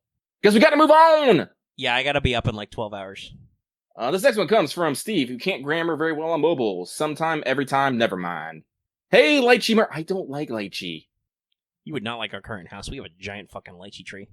Ugh. It's okay, we're moving. Hey, Lychee Martini and Oatmeal Cookie Omega. How goes the stuff? How dare you? Steve, this is a miss this week. Repent. Hope the hot toward weather isn't treating you too badly. Oh, this is a line. Guys, like, no offense to Steve. Like I said, this ain't on you, because a lot of people do this. It kills me inside when I see, like, there's 2 lines and then there's read more, and then it's just paragraphs. I'm just like, yeah, the person inserts a line break. YouTube is not kind enough to put the read more there, and you open it up, and there's 2 fucking paragraphs, and you're like, oh, hold on. I've been bamboozled. I have to read more than I thought. Yeah. Hang on. There it is. There we go. All right, I continue reading. Due to clear performance A+, we have a decent idea of which servants to expect next year. My question is to you, which servants, in parentheses, are you looking forward to the most? I can word. For me, it's either got to be Castoria or Vitra. Castoria has the top % expressions and elevates so many forgotten servants to crazy heights, while Vitra is just beautiful. Shout out to Tomomo as well, while not being a new new servant, per se, is my pick for the free 5-star ticket. So that's at least 1 SSR guarantee next year. Best of luck on your future summer rolls and good vibes all around. Keep being awesome. P.S. I'm half inclined to make silly grammatical errors every now and then just to see Lucky go thermonuclear. That's supposed to be 1 word. Have a lovely weekend. Personally, let's see, what happens next year? Well, we start with Yang Guifei immediately. That's powerful. Too powerful. Thighs! Just gonna put my cheeks on them. Ibuki Doji, also powerful for reasons. I know what reasons. You know what reasons. We don't have to explain shit. Muramasa is technically the year after, because he's the New Year's that year. I have to say those are the 2 I'm most excited for. Following that, though, it's probably Vitra, Castoria, and Nemo. I do want me a Nemo. Wait, no, isn't Nemo year after next? Yeah. Is? I don't... God Christ, I'm trying to think. I'm trying to use my brain. Where the fuck is... Once again, I am bamboozled by navigation. Where the fuck is that lucky bag that's by year? It is next year? Okay. Yeah. And then, definitely Himiko. That's also in there. And then Dino Wife. I think that's the majority, though. And of course, Lucky will be rolling for all the summers, as usual, because he's an animal. So I have started. Yes. I have started a thing, and I am not ending it. No. I will do this every fucking year. Right. This is years by anniversary. This is not as helpful as I thought it was, because it's July 2019 to 2020. So that's only some of the new servants. Like, because we're getting Seishon gone for Valent. Okay, because we get... End of this year, we get... Well, I also know Odysseus is a big one for you next year. Yeah, I'm excited for White Day and Odysseus. Yeah. Seishon is cool. I'm not, like, super excited for Odysseus, but if he shows up, I'm not going to be mad. He is also permanent, though, because he's not in the lucky bag, Voyager is next year, but that also is Dino Wife Banner, so we know what we're about. I'm trying to think, who else is really new? Obviously, there's some new summers. Like I said, Himiko's very excited. Yeah, we're both pretty excited for her. Who was the SSR for Christmas this year? Oh, that was Vitra, duh. Yeah, it's Vitra. I'm dumb. And then we get Dioscuri and Romness Queerness? Yeah. RQ is limited, Dioscuri is not. So I will probably not be go. Well, is that Canis' rate up or not? I don't think it is. I think she's banner 2. Checking. No, okay, Canis is banner 1, yes. So I will technically be rolling on that banner. Will I be rolling for Dioscuri? Probably not, but you never know what happens with me. Chaos rolls. But yeah, so, like, for me, I think the biggest, obviously, and, they mentioned Castoria and Visha themselves in there. December's a clusterfuck of a month. We don't give a shit about Doman. Well, I shouldn't speak for Lucky. Lucky, how much shit do you give about Doman? Also, Dallas, shut your mouth. I'm looking at the Wikipedia. It literally says she was an Imperial Consort. Yeah. That's also, that's how a dress works. Dallas, shut the fuck up. Yes. This is why Dallas is on preemptively kill Dallas. This is why Dallas is on the fucking Gremlin by tolerate them list. Also, I mean, she's not actually. You're an insult. Boom. Yeah, the Slapadella stage. Now my face is beautiful right now. I shaved recently. Probably gonna get shabbier over the next couple of days though, because I'm moving and I don't know. I have to get used to a new bathroom and stuff. God, we are in the weeds. I'm trying to ask, Lucky, do you give a fuck about Doman?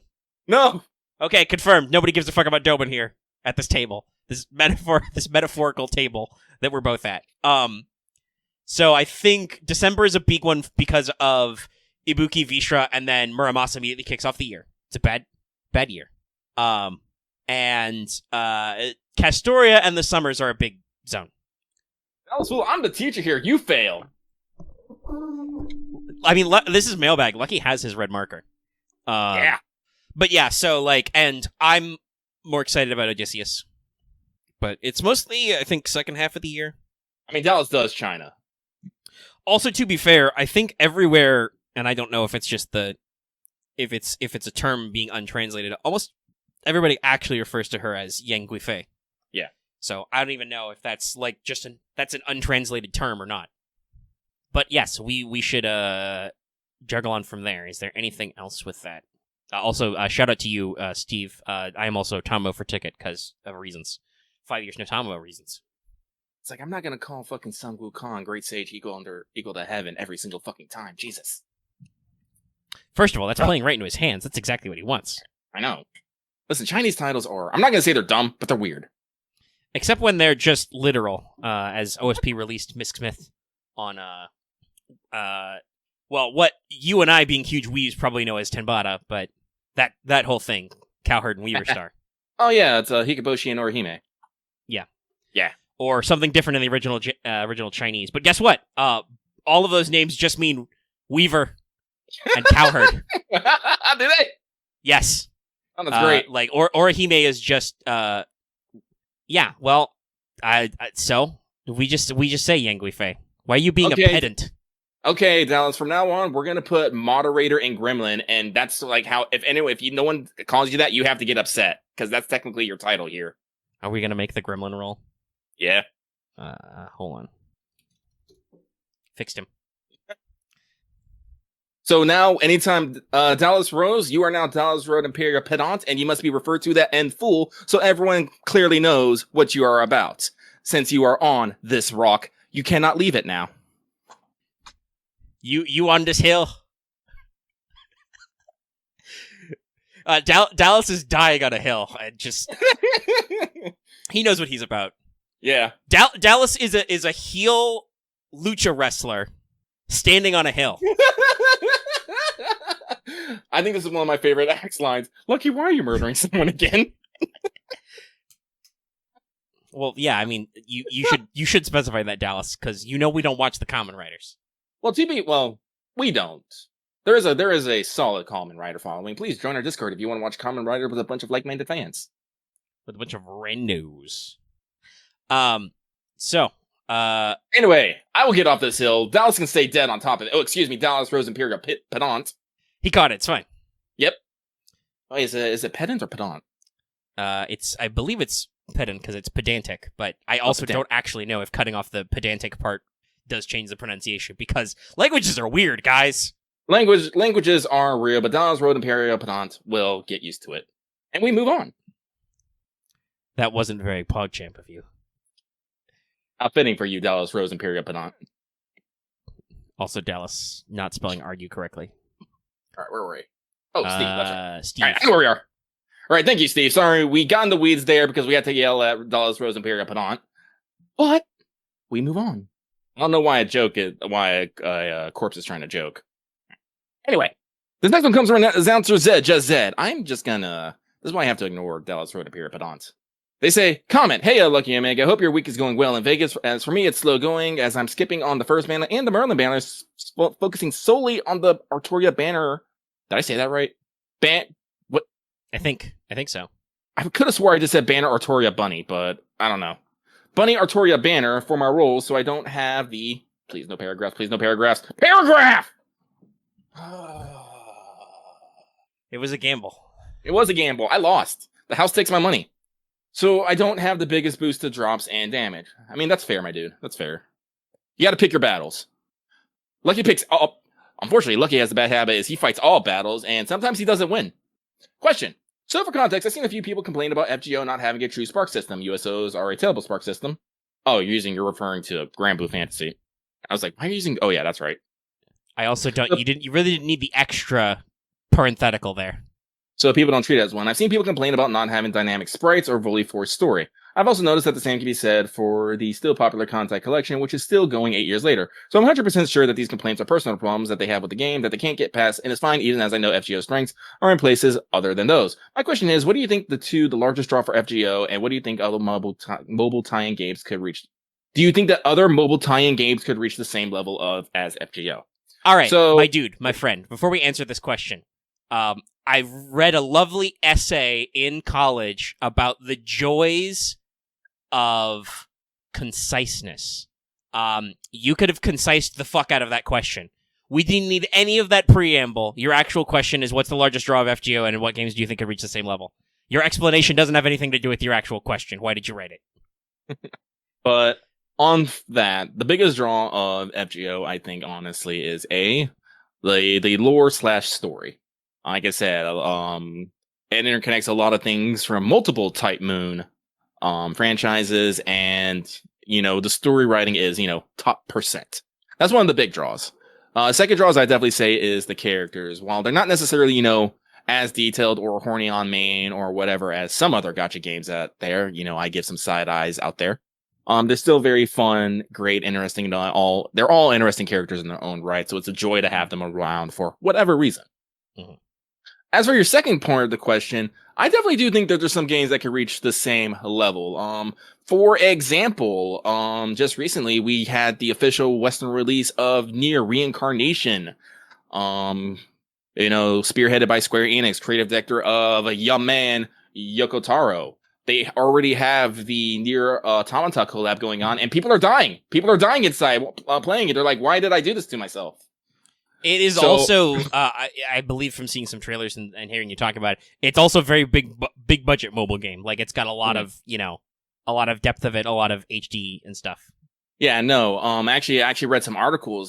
Square Enix actually went on to say they're not expecting Nier Reincarnation to do as well in the West because they definitely know that the mobile game market is not as diverse here. But they're hoping by bringing the experience closer to console game to the phone devices, they can grow the audience. So, yeah. So I'm definitely, and like I said, I was in the closed beta for Nier Reincarnation. I'm playing Nier Reincarnation, but I'm re-rolling because I want a fucking 2B, and they keep giving me everything but 2B, the animals.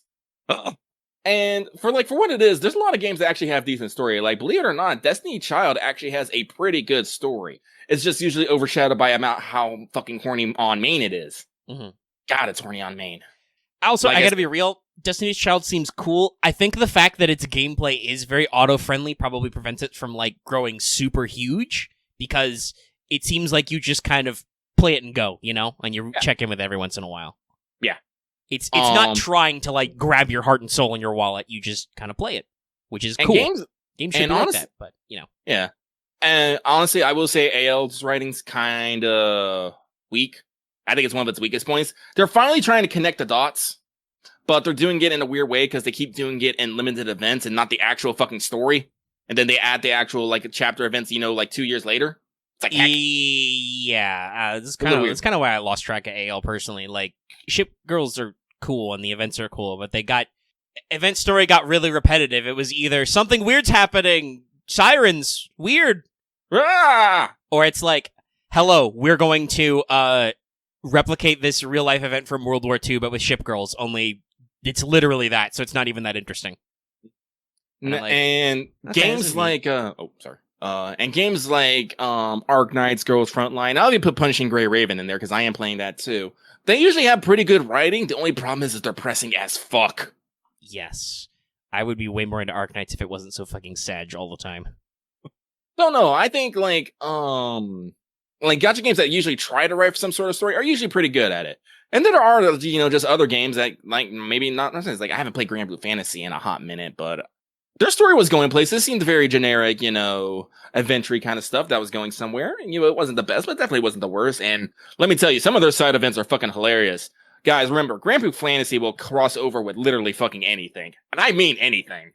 Also, want to throw this out there, it's the new hotness, though obviously Genshin's appeal is that it's a fucking actual literal console game you can also play in your phone, kind of. But Genshin is growing in the potential mobile game market because like what Nier sounds like it's trying to do, right? It's trying to bring a more comprehensive high-def experience to the audience and also, like, keep its higher level of production value, voice acting, extra animations, all that stuff, like, trying to, like, raise the bar a little with new tech, because you can do that, because our phones are getting more advanced all the time, and you're getting multi-platform access and shit like that, I mean, like, hell, there's a fucking, technically... I don't play it, but there's technically a Yu-Gi-Oh! Gacha game, because Yu-Gi-Oh! Is a card game. Duel Links, wildly popular, especially over the pandemic, because it has its own, limited card pool and interesting, system. They're constantly adding more to it. That has technically has the whole marketing engine of Konami and Yu-Gi-Oh! Behind it, so I'm pretty sure it's pretty big. Yeah, I know Pendulum's coming. Also, Yu-Gi-Oh! Has announced their other new simulator, which is supposed to simulate the literal game Master Duel, and nobody knows what the monetization is like, so that could be a literal fucking gacha game. We don't know. We don't know yet. So, like, those kinds of things, like, I think those are the key things, right? Like, what FGO has, right, is the writing, etc. Yeah, actually, because so's FGO. FGO's free to play. We don't know what the monetization looks like. Anyway, FGO, as Lucky brought up earlier, I think the key points are, one, the writing. Nasu obviously contributes a lot. He's a very high quality writer, right? Where's my Mafia? I still have that. I'm gonna post that again. High quality writing. Also, his collaborators usually are pretty high up there. Getting Urobuchi, some of his other light novel friends who have contributed to Fate before is they're marketable anyway. This is something I like to say to people like who blah blah blah about anime trash or whatever. Well, guess what? If a shitload of people bought it, they liked it, that means it succeeded. So sometimes you have to just go fuck yourself. Even if that means that's me, and I'm just like, God, I don't like this, but this is really popular, so I guess I just have to eat crow a little bit, So all that stuff is important, and also brand recognition. Character recognition helps, obviously. Like, this is another thing that, like, Arknights, for instance. Arknights releases a fuck ton of characters. I give a shit about so few of them, because they're randos or they're only introduced in the new story that I may or may not want to play, right?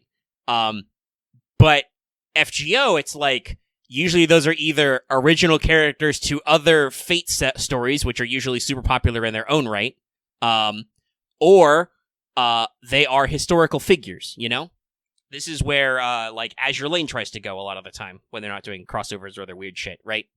Same with Girls Frontline. Like, a lot of those things are very approachable.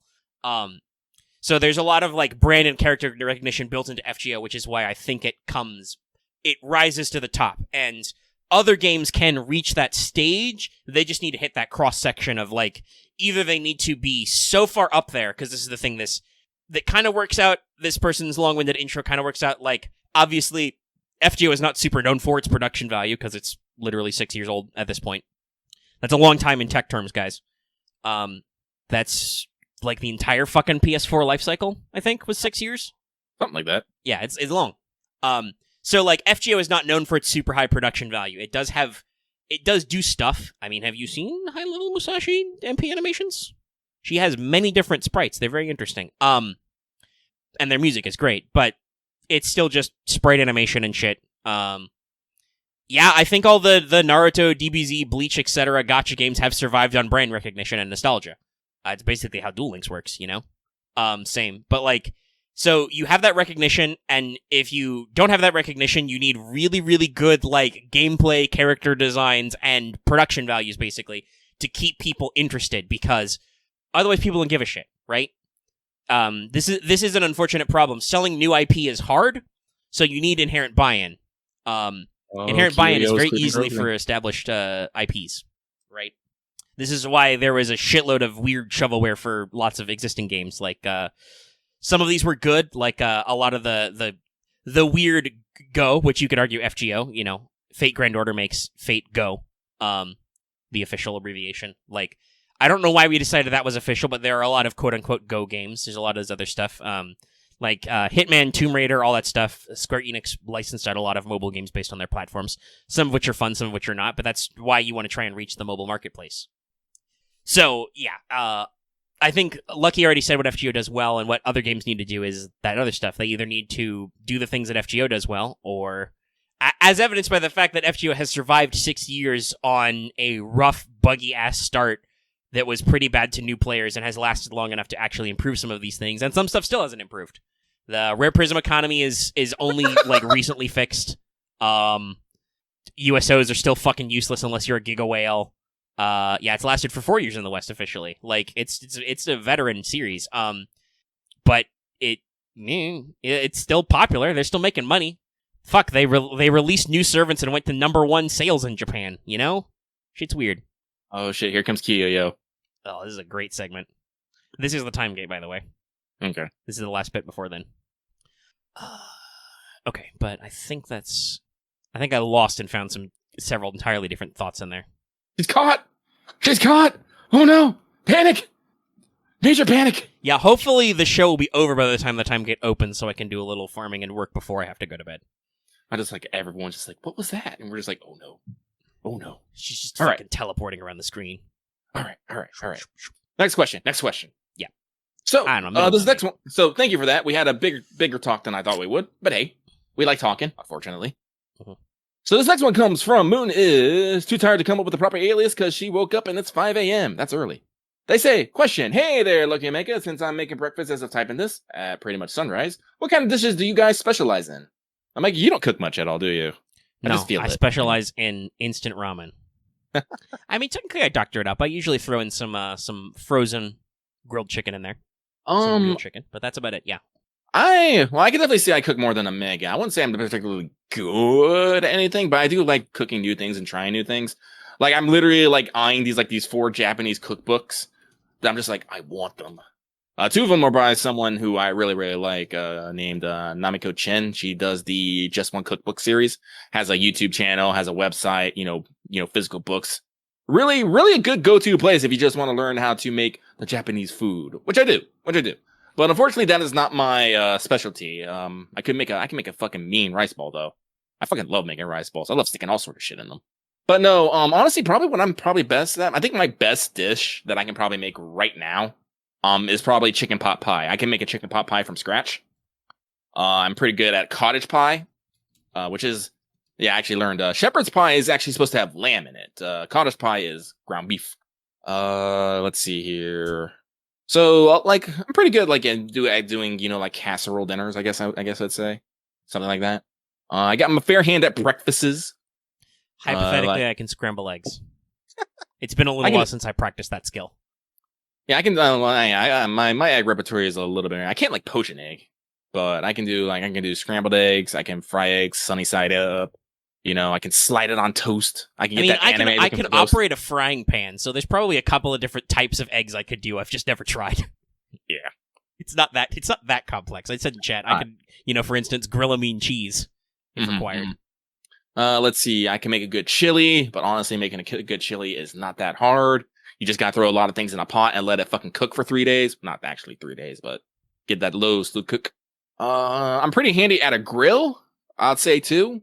I do like cooking me up some solid steaks. Why has no one ever made that joke? Has anyone made that joke? I need a fucking steak with a headband on it and a fucking goat beard. And I think a few desserts. I think I can make a good apple strudel. But that's about it. I think that is like my repertoire. I would say it is. I'm reasonably certain that with a little bit of Googling, a little bit of muscle memory, I can probably remember how to make stuff like cookies or cake from scratch. Oh shit! Also, this ain't really difficult, but my deviled eggs are amazing. I love my deviled eggs. I should go make me some deviled eggs this morning. I mean, this weekend. Just stay away from me. I release gas like no tomorrow after deviled eggs. That's just death. I can hard boil an egg. Oh yeah, no. So I guess I'm pretty good at cooking. The only thing is like when it's with the only thing with cooking is I don't cook for myself. I almost never cook for myself. If I'm just cooking for myself, I'm just gonna make me something stupid simple. I break out all the stops when I'm cooking for other people, usually. Honestly, that's probably why I'm not better at cooking. I've never really had to or gone on my way to try cooking for other people. And mostly when, you're right, when it's just me, it's like, okay, I'm just hungry. I want to eat. Do I really want to bust my balls for myself? Not usually. Sometimes you have to treat yourself, but like... This is a little bit of a story time, so we're tangenting here. I remember one Thanksgiving, I invited all my friends. And I was like, hey, man, like, if you, like, y'all got nothing to do, come here. I'll cook you up a fucking feast. So I made a fucking honey glazed ham. I don't do turkey. I don't like turkey. I really don't. I did a honey glazed ham. I did stuffing. I did a green bean casserole. I made cheesy muffins. I made muffins. I made mashed potatoes. I made fucking sweet potatoes with marshmallow toppings. Did I say green bean casserole? I made a green bean casserole. I fucking made... what else did I make that time? I made a couple other dishes, but I can't remember off the top of my head. I put out this full fucking spread of food for people to eat. No one showed up. I was left with all this food by myself. Rip. This was literally Lucky on the floor. Hello, darkness, my old friend. It's like, I think that was the moment broke. I was like, all right, I'm not cooking for anyone fucking ever again. Unless it's like someone who is like there who I can shove it into their mouth. It's like, eat my food.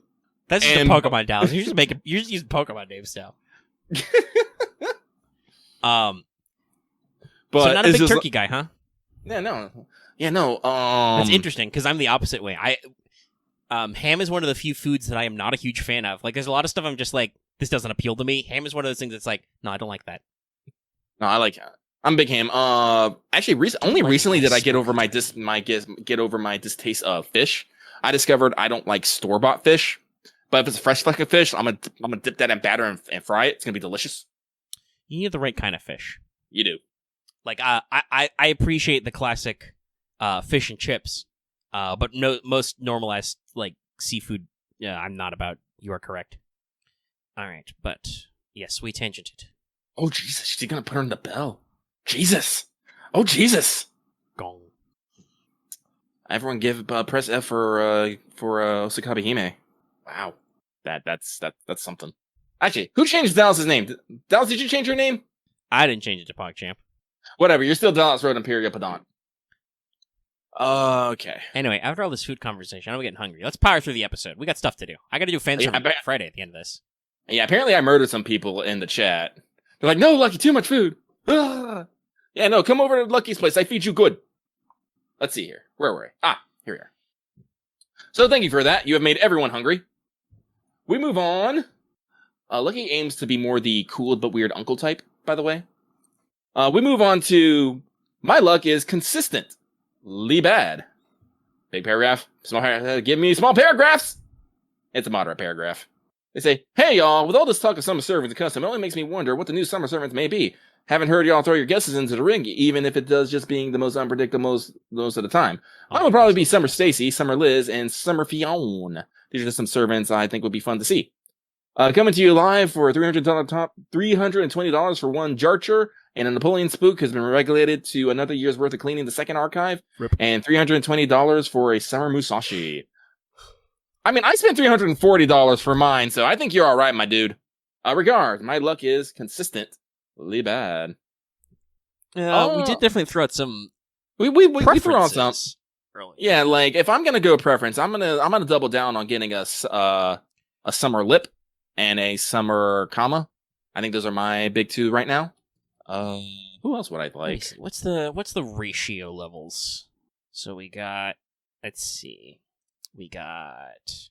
Oh, honestly, it was half and half last year. It was half not original characters, half original characters. It seems like a good spread. Last year was because it was last year was Kiara, Bryn, Ilia, as in Prisma Ilia. So all of those are from non-FGO titles originally. Why are we Bryn both was wearing in a sailor the, uniform? The first thing. And then the second banner was Summer, Abby, Tomoe, and Murasaki, who were all original to FGO. Yay! I think Summer say Shonagon is a decent guess, given that Murasaki was last year, and she did have a CE. All these the information is outdated. It's not even telling me what the CE banners were. No, she was originally in Fragments, the prototype prequel. Yeah, that's where a lot of her original characterization and stuff comes from. Now Sigurd is original FGO. We didn't know what he was like until LB2s. But yeah, so I mean, I'm gonna think one of our non-FGO originals is until it happens, I'm gonna bet that Summer Semiramis is around the corner every time, basically, because they shot that shot already. As we like to say here, Jeep jokes are the deepest lore. Yeah, and now that unless she comes back later in the story, I'm also gonna say I can talk about. I really want Drake to be the Wadarko. I'm also gonna ham up. I constantly demand Summer Medusa, but I know, it's not nowadays. They could also get weird. They could do Summer Gorgon, for instance. That'd be great. They did, after all, do Summer Carmella before Summer Liz, and still, we're coming up on 3 years. 3 years later, Liz has not yet appeared in a swimsuit, so we'll see. Drake's a good one on my list. Wadarko still has drawn a swimsuit every year so far. And honestly, technically, Wadarko's drawn a lot of servants. Yes, because they usually try and hook up a lot of characters with their original artists where possible. So, like, I think a decent chunk of the Apocrypha servants, for instance, went to Apocrypha's illustrator. Everybody from Extra always gets drawn by Wadarko. So yeah, there's a lot of stuff out there. We'll see. Tonight we'll probably get the preview, so we may already see the first couple. Thank you, Blackbeard, for just having random fucking lightning. Oh yeah, shit! Oh, it was after that. This was a moment earlier in the chat where I was like, I had a moment earlier where I was just like, did Blackbeard literally just fire finger guns at me? No, he did not fire finger guns. It was a lightning effect, but there was a moment. And I like those reactions here. I can't believe he called an Ivan for a little mood lighting, or that has to be the biggest jam cameo for the dumbest joke ever. I'm like, no, this is completely Blackbeard. I love it. Yes. I'm gonna go with the top one, though. So that was consistently bad. We did some guesses. Fion's an interesting one for... He does technically appear in this summer a couple of times. I could see him getting a costume. Be interesting. Blackbeard needs his costume or his full event CG as he demands. Yes. He needs his reward. This man... Like, again, I'm super glad that Blackbeard returned. He's probably only going to be for this bit. I'm glad he's back, and he's channeling that same energy. Again, I feel like Blackbeard's also calmed down a bit, too. I want to throw this out there. The impression I get from this event, because you'll see it in a second, where Helena says, I must go now. You'll find other people to aid you, is they're literally designed to loop through the cast, basically. Yeah. Every new casino is like new supporting cast. The only people you keep are like Siegfried, Kataro. Great that he found a summer job, by the way. Great summer internship. Mm-hmm. Basically what it is. Hokusai, obviously, and Summer the Sushi. Summer Sushi. Sorry, Iori, your guide to burgers. Let me see here. Okay, yes, I have now officially reached the time log. I totally wasn't faffing and dragging things on so I can get through the story. Not at all. Cool. Let's go to a question that we're probably going to be angry about. Alrighty. Well, I don't know if we'll be angry, but it's one of those questions. Let's see here. Here we are. This next one comes from Gahulian God, who says, if you can spend one night in the Singularity Las Vegas with 2 summaries gambling, which server... Oh, why? How many times do we have to say this? Okay. If you can... How many times do we have to teach you this lesson? Our problem is, Lucky, we always say, all right, but this is the last time, and then we read it and respond anyway. We're bad at this. We're enablers. It's our fault. It's real estate. Ugh. If you can spend one night in the Singularity Las Vegas with 2 servants gambling, which 2 servants would accompany you? The criteria though, that one servant has to be your gambling enabler, while the other is your financial reminder. Bonus points if you mention you prefer gambling activity of choice. I don't know what those mean. What, gambling enabler? Yeah, And I don't know what they're going for that. Like, they put them in quotes, and I'm like, what do you mean by that? Think of it as Moolah and Dion. I guess. One tells you to gamble more, the other one reminds you of your fucking wallet. PA, I'm quite glad Summer Rerun was last week. I spent all of last week exploring an entire continent in Genshin and only finished the main story of Summer Event and not a single raid. Wow. Hey, your choice of time. Yeah. My picks, easy. Kama's my enabler, and Tamamo's my financial reminder. Lucky, I feel like that's going to end without you having any money. Yeah, probably. Because Tamamo's just going to tell you to make more money to buy her something nice. Yeah, I will. She's going to be like, dear, you're up now. Perhaps you should give me that handbag we saw when we walked in. I'd do it. I'd do it in a fucking heartbeat. Lucky knows what he's about. Hold on, I need to check. Listen, the only reason I spend money on gacha games is because I don't have a real life girlfriend to spend it on. I like spoiling women. All right. Okay. I would have the most fun, probably. Let's take Drake for one, because her golden rule is B. The money will come. And then my financial advisor will be Dantes, whose golden rule A, but he'll tell me to get revenge and hand me coffee. He'll let me know when I'm broke and to get my revenge on the house, and Drake will just be like, make more money, more plunder. What would your preferred game of chance be? Blackjack. I love playing blackjack, honestly. Yeah, I like cards. It would probably be blackjack. I think is the simplest. Mm-hmm. Like, I'm horrible at poker because I'm horrible at poker. Roulette. Poker is arguably not a game of chance. No. Roulettes give me agita. Though we could play a game of poker right now. Thanks, Discord, for letting me know Discord. that. Slots are fun, but that's pure RNG. Listen, we play gacha.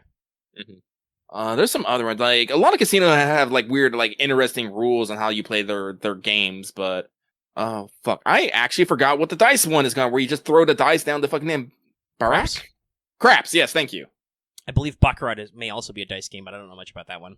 Craps is just shoot 2d6, get number. Yeah. That one I'd probably play as well, but that I've heard that Craps is a pretty popular one because when it's not necessarily you compete against other people kind of game, like everybody makes their bets and then, whether you're shooting or watching, like everybody kind of wins and loses together. Yeah. It's a very friendly game. Liar's Dice is fun, but I don't think I've ever seen that at a casino. I've literally only seen Liar's Dice in Pirates of the Caribbean and in wasn't it Red Dead? Yeah, Red Dead. You can play Liar's Dice in Red Dead. And occasionally people will get upset with you. Liar. Blam. Oh. It was a theme casino. Well, listen, all I have is tribal casinos up here. I don't know if I've ever actually been inside a local tribal casino. Well, like I said, I played there a little bit, but I was also mostly there because I worked there. Mm-hmm. But you get to observe the people. Yeah. I can tell you some shady shit about the casino industry. Boy, howdy. Well, so does this event. Anyway, we want to talk about this event, so we should probably get moving on. Yeah, let's move on. Moving on. Okay, so, thank you very much for that. We answered it. We shouldn't have, but we did. Don't you feel special? This next one comes from the girl with the hopes that things are finally getting better. I hope they are too. Good evening, Lucky Omega. I hope I've been doing all right and mildly optimistic about Summer 4. That's great! So, when events come out that are complicated like CCC and OQ, do you use guides or walkthrough? I find some events are possible without game press enemy locator. Anyways, good luck on Summer 4 and don't exert yourself too much. Talking to you, Lucky. Best wishes. I feel called out. And also, no, I never use guides. Well, that's insult. Okay, that's there's Lucky. He just brute forces it or asks questions. Yep. My answer should be obviously the reverse because for most events, I do a segment on the show called the pregame where I describe to you the rough outline of the event, how many nodes it is, what kind of things you may expect to run into. So, I researched that ahead of time. So, yeah, no shit, I look at guides. Do I remember all that stuff when I'm playing the event? Not always. I usually, wing it based on what I remember, and if I don't remember, I will either go back to my sources or I'll just ask people hey, where was the best place for blah, blah, blah? Because, obviously not all the information I put in the pregame, I don't put all the information there is on an event in the pregame, just enough for people to give you okay, here's the light stuff, slight spoilers, skip it if you want to go in completely blind, like Lucky does, and just, aim for like enough information you don't feel freaked out. Like, letting people know ahead of time with this event, hey, QP betting. You need some QP to bet, so don't have 0. And hopefully nobody did have 0. All right, like me, honestly, like I think this is one of the things that, because again, I've been thinking about the differences between me and Omega and our gameplay style. I'm not necessarily against brute forcing or repeating something over and over and over to find the optimal strategy. I think I have a better tolerance for that than Omega. So a lot of the times, like when I'm in an event, like, because we're actually like, I feel spoiled nowadays, because nowadays they tell us once you complete a node and you get drops, they'll tell you, hey, these enemies were here. And, these drops are here. And when you're in an event and you have to find specific ones, they'll actually put, event target or mission target on the enemy itself, so you know which one. So I'm like, no, okay, I need to find this. Let me just go scroll through all the nodes until I find one. And I'm just going to punch until I have it. Before we had that... That's because even in Japanese, it was sometimes really hard for people to follow along with these events. So basically, before that, I would just, wander around, punch things, and try to remember where things were. Or, yeah, I just go, like, yell in a chat, like, hey, what note was for that? And then people try to give me a guide, and I'd be like, fuck you, no guides. No guides, only answers. I'm an asshole. I can admit this. And honestly, depending on the event, like, sometimes in FGO I've just been like, oh, I thought it was here, I'll try it. Oh, I wasn't there, fuck, I whiffed, Sometimes when you have that semi-confidence, you've got that blind confidence, you just roll into it. I usually get more frustrated when I am like, I have no idea where I'm going or what I'm doing. I'm more like, all right, what do you want from me, kind of a thing. And I think that's maybe just a personal thing. Like, I like it when people and when games and stuff are upfront with what the fuck they expect me to do. And it depends on the context. Most FGO events are very specific in what they want you to do. And like I said, because sometimes it has been hard to follow along, people have complained, they've asked for that stuff. And so they have actually implemented these things like the double checking what drops are and what enemies are in a quest. The telling you what quest you did last, what the next node is and all that stuff was already in. And then it just keeps going and like building on that, showing you mission targets and whatever. I think that stuff only comes in when you unlock the relevant mission, but it lets you know what you need to know. Yeah. Like I said, my way, it's definitely not the most efficient way to do things. Like as I said, I'm usually like, when I do events, I usually get through. I usually don't do CQs though. Usually. Sometimes I do. Sometimes I'm like, it'll be fine. But I usually don't clear like the store. I usually don't like have like 800 like lotto boxes to open or stuff like that. I usually do moderately well. And I'm okay with that. Honestly, I think the looking at guides is probably the only difference between you and me and CQs, because I will usually look up a CQ ahead of time, because let's be real, CQs are deliberately hard to be challenging. There's very little fun in doing CQs blind. Mm-hmm. That's just, you're literally sacrificing that AP. Are you guys just telling me like node locations? What are you? Do I have to fight people? I said I will ask. I haven't actually asked the question, you animals. Gremlins. That's just his own thing. Assholes and he's whatnot. really trying to sell that one joke. But yeah, like, if I look up a CQ and I'm like, this is nonsense, I skip it. And honestly, like, I've never needed, like, game press a specific wiki, whatever. I'll say this is just, like, usually our Discord is very nice about posting lovely, compact image guides, and occasionally people do ask me to pin them, so I will pin those, so they're easy to cross-reference and just be like, oh yeah, how does this get set up? I think the only thing I may look on a guide for is not for drop rates, but for CE setup. I'm not CE setups, support setups. Yes. Because usually I have no idea what people want on support setup, so I usually go by a guide so I can give people what they want. Yeah, that was another thing, is like, that's always something I make sure to double check if I can, just because that's not about me, that's about other people, Yeah. Yeah. For me, it really depends on the context. But I do technically spoil myself to write the info for people who want to be spoiled on stuff, so it's hard to forget what you've already read, sometimes. So I have this 10-roll vague knowledge-y stuff about stuff. Also, if you have a request for me to put something on a support setup, feel free to ask. I usually do not care, because guess what? I'm not using my own support setup, my own support servant, so I don't care what's on them. Yep. I'm yawning. How long are we going? How long have we faffed out this mailbag? I was like, 19, it's fine. It's almost 2.5 hours. Jesus! Now, some of that is there are some long pauses in there. I think we only got 5 left. 5 left. Yeah, it's pretty short. We'll see what happens. All right. Well, thank you for that. We have to keep moving. Do you generally want... here's the thing. Robin, you say that. I don't know if you're actually being serious or not. I presume Robin is fucking with you. Wait. Robin's not on my friends list. That's right. Oh, and they say it just as that. I was like, wait a minute. No, Robin was doing a goof there. Yeah. Robin is on my list. But what I will say, Robin, if Robin asks me, you will take my fucking Merlin and you'll like it. He's got the Mona Lisa on him, I think, right now. Just because the CE support guide says to put that anyway, and I'm like, I don't think too hard about what. Yeah, it says to start that way. Oh, okay. I guess people will know if they look at the guides. Man, I thought I was smart and shit. Oh well. Oh. Yeah, but that also means that they had to have actually read the guide. Like, I think the big picture guide says, hey, in a tiny window, like, hey, don't forget you can put QP boosting CEs. And I'm like, but it's in tiny text. I think I only noticed it the second time I looked at it. I'm like, oh yeah, they do say that. Honestly, and this is another one of the reasons why I don't like looking at guides, because I like finding solutions myself. Mm-hmm. Yeah, you come up with your own ideas. Mm-hmm. And sometimes what the guide says, I'm like, yeah. We are smart. Smart. We were moving on, I believe. We are moving on, yes. Robin Gremlin does. Robin made his job harder. Yes. So this next one comes from the abandoned warehouse. It's the mobster, who's trying to tell me they're not a mobster. They're a mobster. They know who they are. They say, hello, dear Lucky Omega. How are you doing? I'm doing okay. I tried to farm for eggs, but after 3 days of constant farming and just one dropped egg, shit. I just went back to cleaning your doors for QPs and preparation for summer 4. That's pain, Pecco. Hope you got a lot of QP. Question. Can Halloween return? If so, what would you like to see in it? Personally, I would like to look at the original Celtic celebration. Wasn't that Sahaman Night, I believe it was? Sahaman? Or even it's pronounced, I think it's supposed to be pronounced like Samhain, but it's written Samhain. Samhain. Goddamn Celtic is weird. P.S. People, not everything works with Scouty. Diversify your support setup. Put a Tomomo there sometimes. By the way, this is not us. This person wrote this as a P.S. with people in all caps. People. That's very funny. Yes, do also actually think about that, though. Double Scotty system is very specific. Now, the question, could Halloween return? Yes, it probably will be. Yeah. Allegedly, I think during either Akihabara or the Idol event, I think Elizabeth Japan shows up and says that this year is the year of Halloween. Mm-hmm. She says something like that shit. She says something like that. Or was it during Tengu?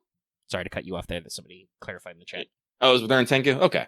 Well, yeah, I mean, it's Elizabeth Japan, so I make sense if she mentioned something in the Japan event. I believe Elizabeth Japan has showed up several times this year. Please, costume soon. You're killing me. Costume or servant. I'll take either.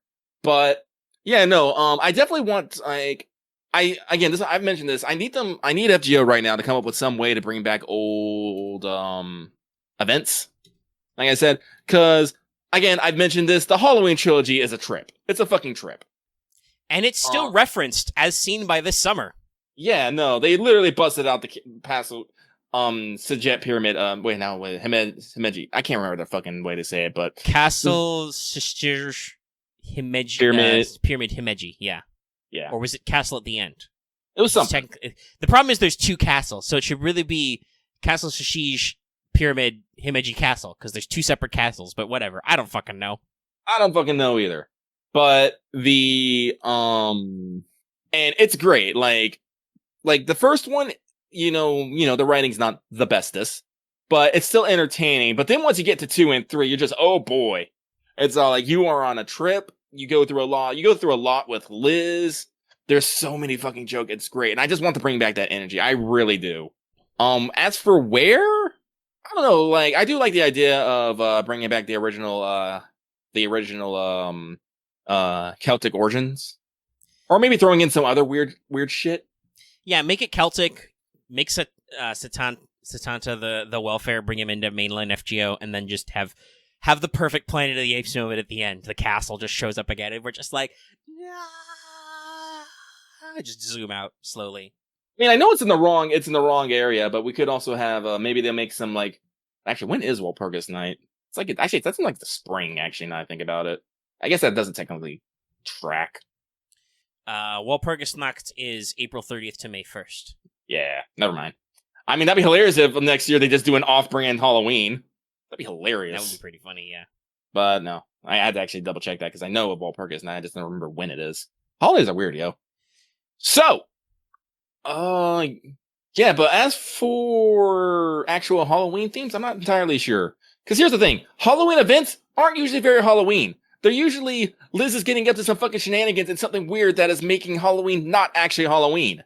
Yeah, Liz just wants to do Halloween or do a concert, and we can't just have fun and eat candy and wear costumes. No, apparently, she has to get, like, either the castle gets stolen and she has to go on an RPG adventure. Sometimes she accidentally summons a giant robot that, takes over the fucking castle. Usually her castle gets taken over in some way or fashion. Yeah, somebody crashed a pyramid into it. Landed another castle on top of it. Also, yes, we need the redraw CEs to come back. Yeah, I'm trying to even think what would even be the... I mean, I don't know. You could be funny by making it unironic and just be like there was kind of a slight like Halloween party theme to the OG Halloween, but like you could actually legitimately make it like, no, but seriously, we're trying to throw a fucking party for real, and everybody's like, no, you cannot bring back Halloween. It is cursed, and then we just punch all of them, and then we have a Halloween party at the end. Punch them all. Actually, I think that honestly probably the best thing is like it's like we're bringing back Halloween, and that's literally the event is to bring back Halloween. I love it. I mean, I think that there are probably some interesting, like, weird kind of setups you could do, like, but the problem is that they made that summer, right? They did that summer camp that was full of, as far as I understand, full of classic horror movie references. Mm-hmm. Like, not only to, like, Friday the 13th, which is very classically a summer movie. I believe it's supposed to be, like, the first one when it came out was, like, supposed to be a June. Also at a summer camp kind of a thing. But there are a wide variety of slasher movies, and other, various oogly boogly movies. But if they did a pastiche of more horror themes, they probably can't bring that back for summer. Unless they do. I don't fucking know. But we will see. I hope this year is the year of At the Halloween. very least, they haven't... Oh, sorry, I cut Lucky off a little bit there. It's fine. At the very least, they have not run out of summer themes yet. Like, they keep coming up with new ones. Excited for this year's summer? JP summer, I should say. We're already in our summer. It's nice. We'll talk about that soon. Yes. So, we shall move on. Thank you very much. This next one comes from Drinking to Cope with Gotcha Pain, Moon. Don't drink too much. It's bad on your liver. They say, Dear Mad Eye Lucky and Constant Vigilance Omega. Oh yeah, we did make that joke last week. Constant Vigilance. At this point, we've all heard your roles, but from the past, I hope you've done well. My question is a continuation of the joke from last week's FTO. What would Master be doing with the extra time they'd have from avoiding sleep? Personally, I think they'd be spending less time grinding than you think, instead be training, because I think they have all the mats they need at some point. May your future roles be blessed, and the gambling not hurt. No, personally, but I think the Master is he's getting those bond points. He's hanging out with servants. He's being friendly. Listen, you got a lot of people. Yeah, you got a lot of people there. What's the roster, like 300 deep at this point? That's a lot of servants to canonically socialize with. Yeah. Listen, you can't just like get them to bond 10 and stick them in a corner. That's not how actual relationships work. So yeah, no, you gotta go hang out with the Chaldean cooking crew. Go head up with the Celtic camp. The Pharaohs Association. You're also, by doing this, not skipping leg day, because you have to run up and down the halls to all the rooms. Mm-hmm. Which occasionally are different rooms. Like, if you want to visit the Gouda Gouda crew, you have to go to the back room by the boiler. Yep. Gotta haul your honestly, that's why I like to think about how Chaldea is like they all have rooms, but everyone's like split up into according to like whatever faction they are. Even if they don't necessarily get along, like you can just bet that like Koo and Maeve and Fergus and I mean, like you know that, especially when she's small, but Da Vinci does not give enough of a fuck and is too much of a gremlin to actually assign everybody rooms. Yeah. Like, it's just like, all right, here's your room keys. Room yourself. I'm going to go do sweet rollerblade tricks up and down the halls. Bye. So, yeah, no, I think the Master's out socializing. Hanging out with Murasaki in the library that she totally added. It was a great addition. I don't care what anybody says. But occasionally you do got to go to the simulator and do stuff. But, that's also can be socializing. How many interludes and other shit do we do where we're just like, Master, simulator. And I'm like, wait, but no, I don't want to grind.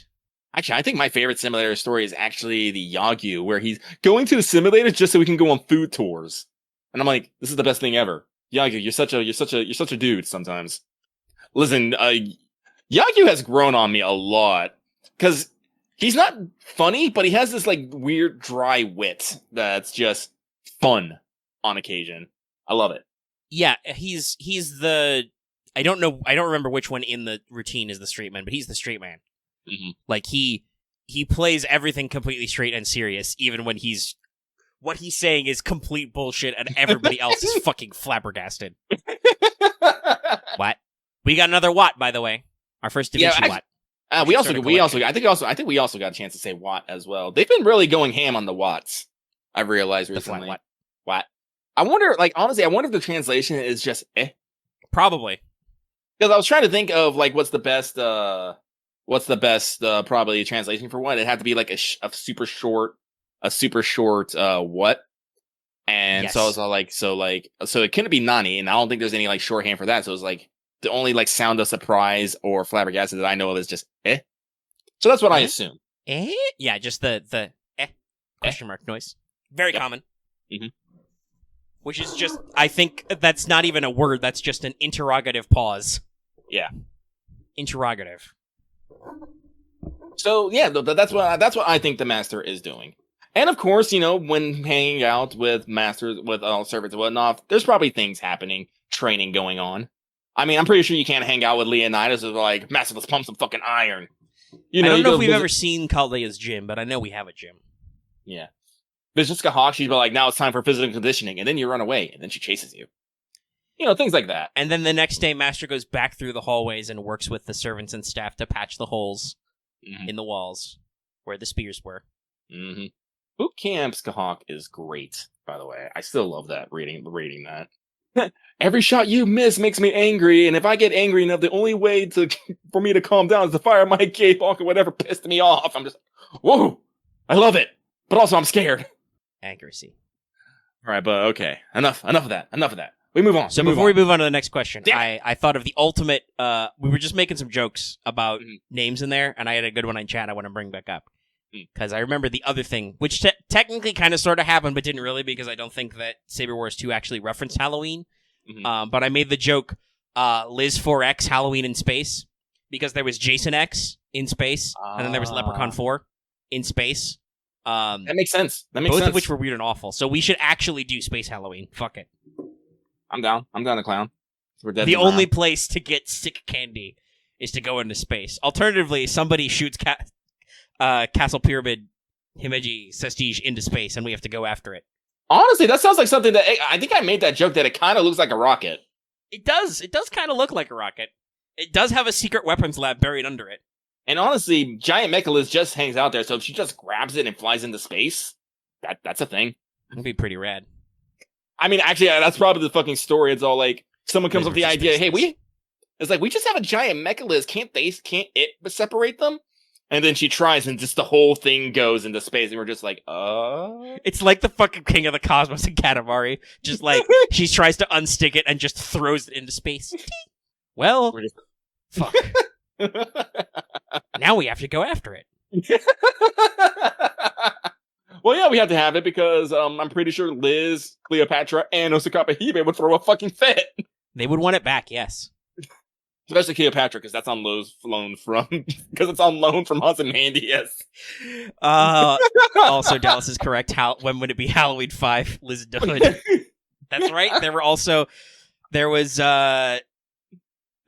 I think you're thinking of Friday the 13th. I don't remember. Oh, did H2O do that? Because I think there was a Friday the 13th, Jason Takes Manhattan, I believe is one of them. And yes, there is also infamously Leprechaun in the Hood. Because after the 80s, slasher movies didn't really know what the fuck to do anymore. They really didn't. To be fair, you can argue that after 1980, a lot of slasher movies didn't know what the fuck to do. It's why a lot of them try to do anthologies where they changed whodunit. I believe both Friday the 13th and Halloween did that, where they had like a movie that was numbered and named and didn't feature the main slasher villain at all. And now we make video games out of them. I was fond of Dead by Daylight, honestly. Yeah, I think it was PS Plus. I played it a few rounds. Unfortunately, I didn't get to try out any of the slasher stuff because I believe that's all not expensive, but paid DLC.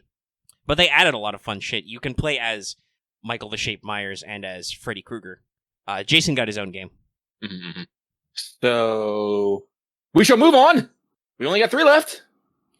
This next one, excuse me, comes from a master kicking Blackbeard out of the casino for trying to rig a slot machine while trying to get loot shots of Barney Artoria. I guess that's what he started doing after he got kicked out of the Battle Royale. They say, hey, Lucky Omega, hope you're ready to gamble in Summer 4. Given how well received the new sermons in the Friend Point banner were, do you think it's possible the Lightworks will add more in the future?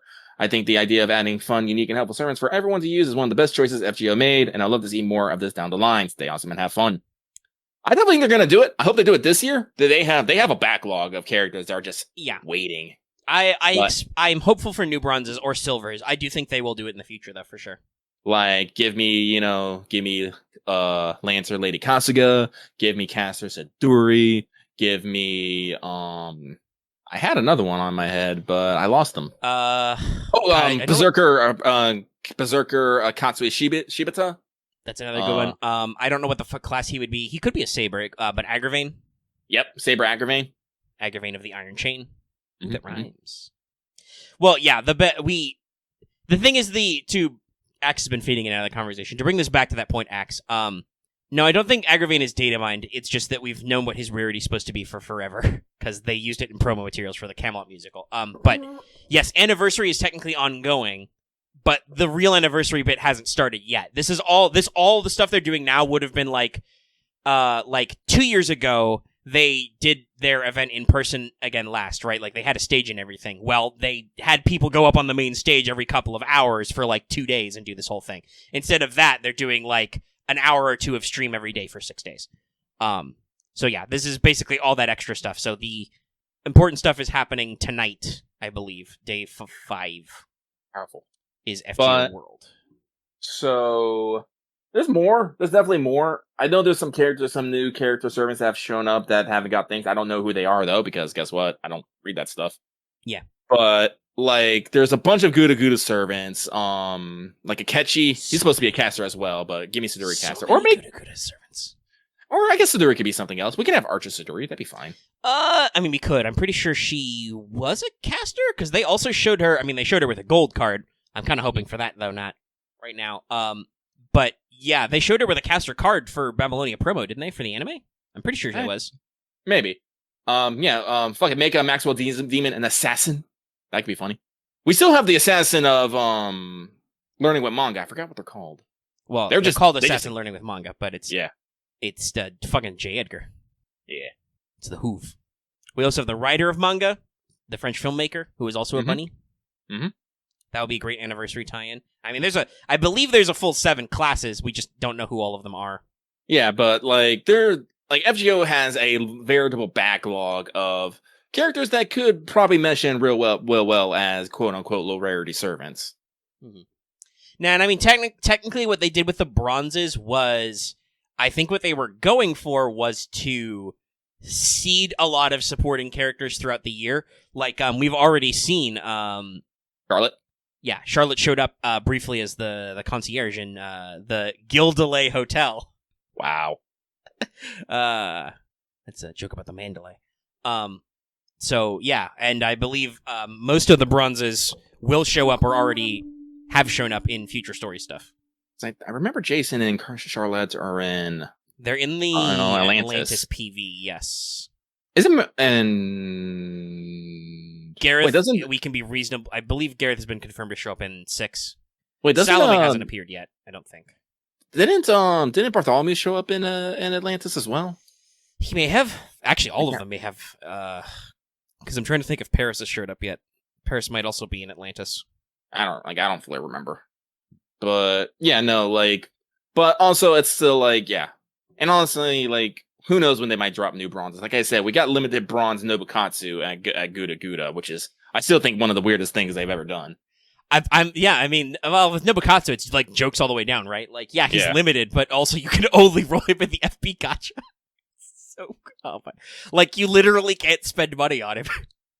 Well, I guess technically you can roundaboutly spend money to make mana prisms but you wouldn't do that. That's not how you would game that system, I guess. Oh yeah, Chen Gong actually showed up before this. Yes, Chen Gong was in LB3, obviously. Mm-hmm. A great little preview. Loved him. Mm-hmm. But yeah, that is that. I do of all the things that happen, I'm excited about the SSR. I'm excited about all the new stuff that's going to be happening. But I am really, really hopeful that we get a new round of friend point servants. I guess to say. Yeah. I don't necessarily care what rarity they are. I just want them to exist. I'm personally pushing for 3 stars because it's been a long silvers are so. I mean, there's a lot of them. They put out a lot of them, but some of the silvers are so outdated, and it's been so long since new ones have come out. Mm-hmm. We will see. But with that, we must move on We must. We must. This next one comes from Sakura Gabler07, raising stakes in Vegas. Hey, Lucky Omega, how are you guys today? Hope you're doing okay. Looking at Redrop's art on Twitter today, and Parvati looking nice in her summer gear. Which leads me to today's question. Is Summer Comet and Summer Parvati are this year's Summer Servant on a scale of 1 to 10? How dangerous would the summer event would be? Omega, hope you have won a tournament in this week's progression series. Heh. And Lucky, hopefully your scooter is finally fixed by the time this question is read. No. Stay safe, stay awesome, and hope Summer Vegas doesn't completely drain our wallets and bank accounts. Keep up the great work, and remember, you guys are dang awesome no matter what anyone said. What if I say I'm not awesome? Oh, I was going to say, people say we're not awesome? Not to say. I mean, some people probably do. Anyway, believe it or not, I don't expect I don't expect a lot of danger for Summer Parvati. I really don't. I want her to have... Honestly, if Parvati was to have a swimsuit, I want her to have big hat, sundress, sunflowers, that kind of feel. But Sakura herself has to have a swimsuit designer 5 by now somewhere. But Summer Commas just no. We have exceeded the scale. Well, yeah. What I was gonna say, if you had left too much of a pause in asking that question, my answer would have been yes. On a scale of 1 to 10, yes. Yes. Summer Comma is only danger. Oh, but no, don't worry. I cleared first round, but my heal powers haven't yet kicked in to give me the win. I'll do it. Dallas won like 4 in a fucking row. I'll do it. I'll turn it around. And I can't say I have the worst record because, well, Loth has a lower record than me, though he has quite a few less losses than I do. But now I've got Robin's. Loth is at 20% win rate. Axe has fallen because I defeated him in the first round. Axe has fallen to sweet 69% win. But those are our top 2 brackets. Axe's 69% win rate with 40 wins. Loth has 6 wins and like 20 losses and is at 20% win rate. Yeah, how does Loth like to put this? He likes to snatch defeat from the jaws of victory. Yes, he says that before. Does he say that when he goes to commiserate with you guys in Final Fantasy XIV afterward? Yes. Okay. Sounds about right, yes. Robin, your record is currently Nan, because you're 0-0. So that's our worst record for better or worse. So non-respectable. We'll get there. Both Loth and I are like taking this very seriously, and I've said in all seriousness, like if I don't get some good like runs at a tournament in a little bit, I'm gonna have to like put the whole series on hiatus or something because like it's supposed to be fun, and I gotta be real. I'm not having a lot of fun sometimes. Yeah, Loth mentioned that. Yeah. I'm just like, yeah, no, I get that. We'll see. Well, I got a lot of options. I have some fun decks at least. We'll see what happens. Semifinals are cursed, guys. It happened to me again. I got in a semifinals match and I fucking died. There was a lot of C word involved. Oh, I talked about this. I played it up a little. I embraced my inner achievement hunter. Like, just cussing it up. Also, God. Listen, some cards got banned, but holy shit, some of them we saw a lot. If you guys know Torrential Tribute, that card's taken a timeout for a while, because holy shit. I think everybody in the format except Loth has like 2, and oh my god. Marth had 3, and he didn't even realize he was running all 3 of them. He was like, I'm only using 2, and then he was later back, guys, I lied. I actually am running 3. Whoops. Well, yeah. Anyway, well, check out the series. I'm sorry the episodes are longer. They're doing a little less views, but like the matches are actually like really, really interesting. We're not having any blowout 2-0s. Like these are like 30-minute long matches that are pretty cool. Check them out. Anyway, I think we answered this person's question in their follow-up. Yes. So we shall move on. Final one. Final one. Dun dun dun dun dun. And this one comes from Bun Bun Cha, Bun Bun Cha, Bun Bun Cha, Bun Bun Cha. I don't know if they're all supposed to be. Chala? Chala, hey chala.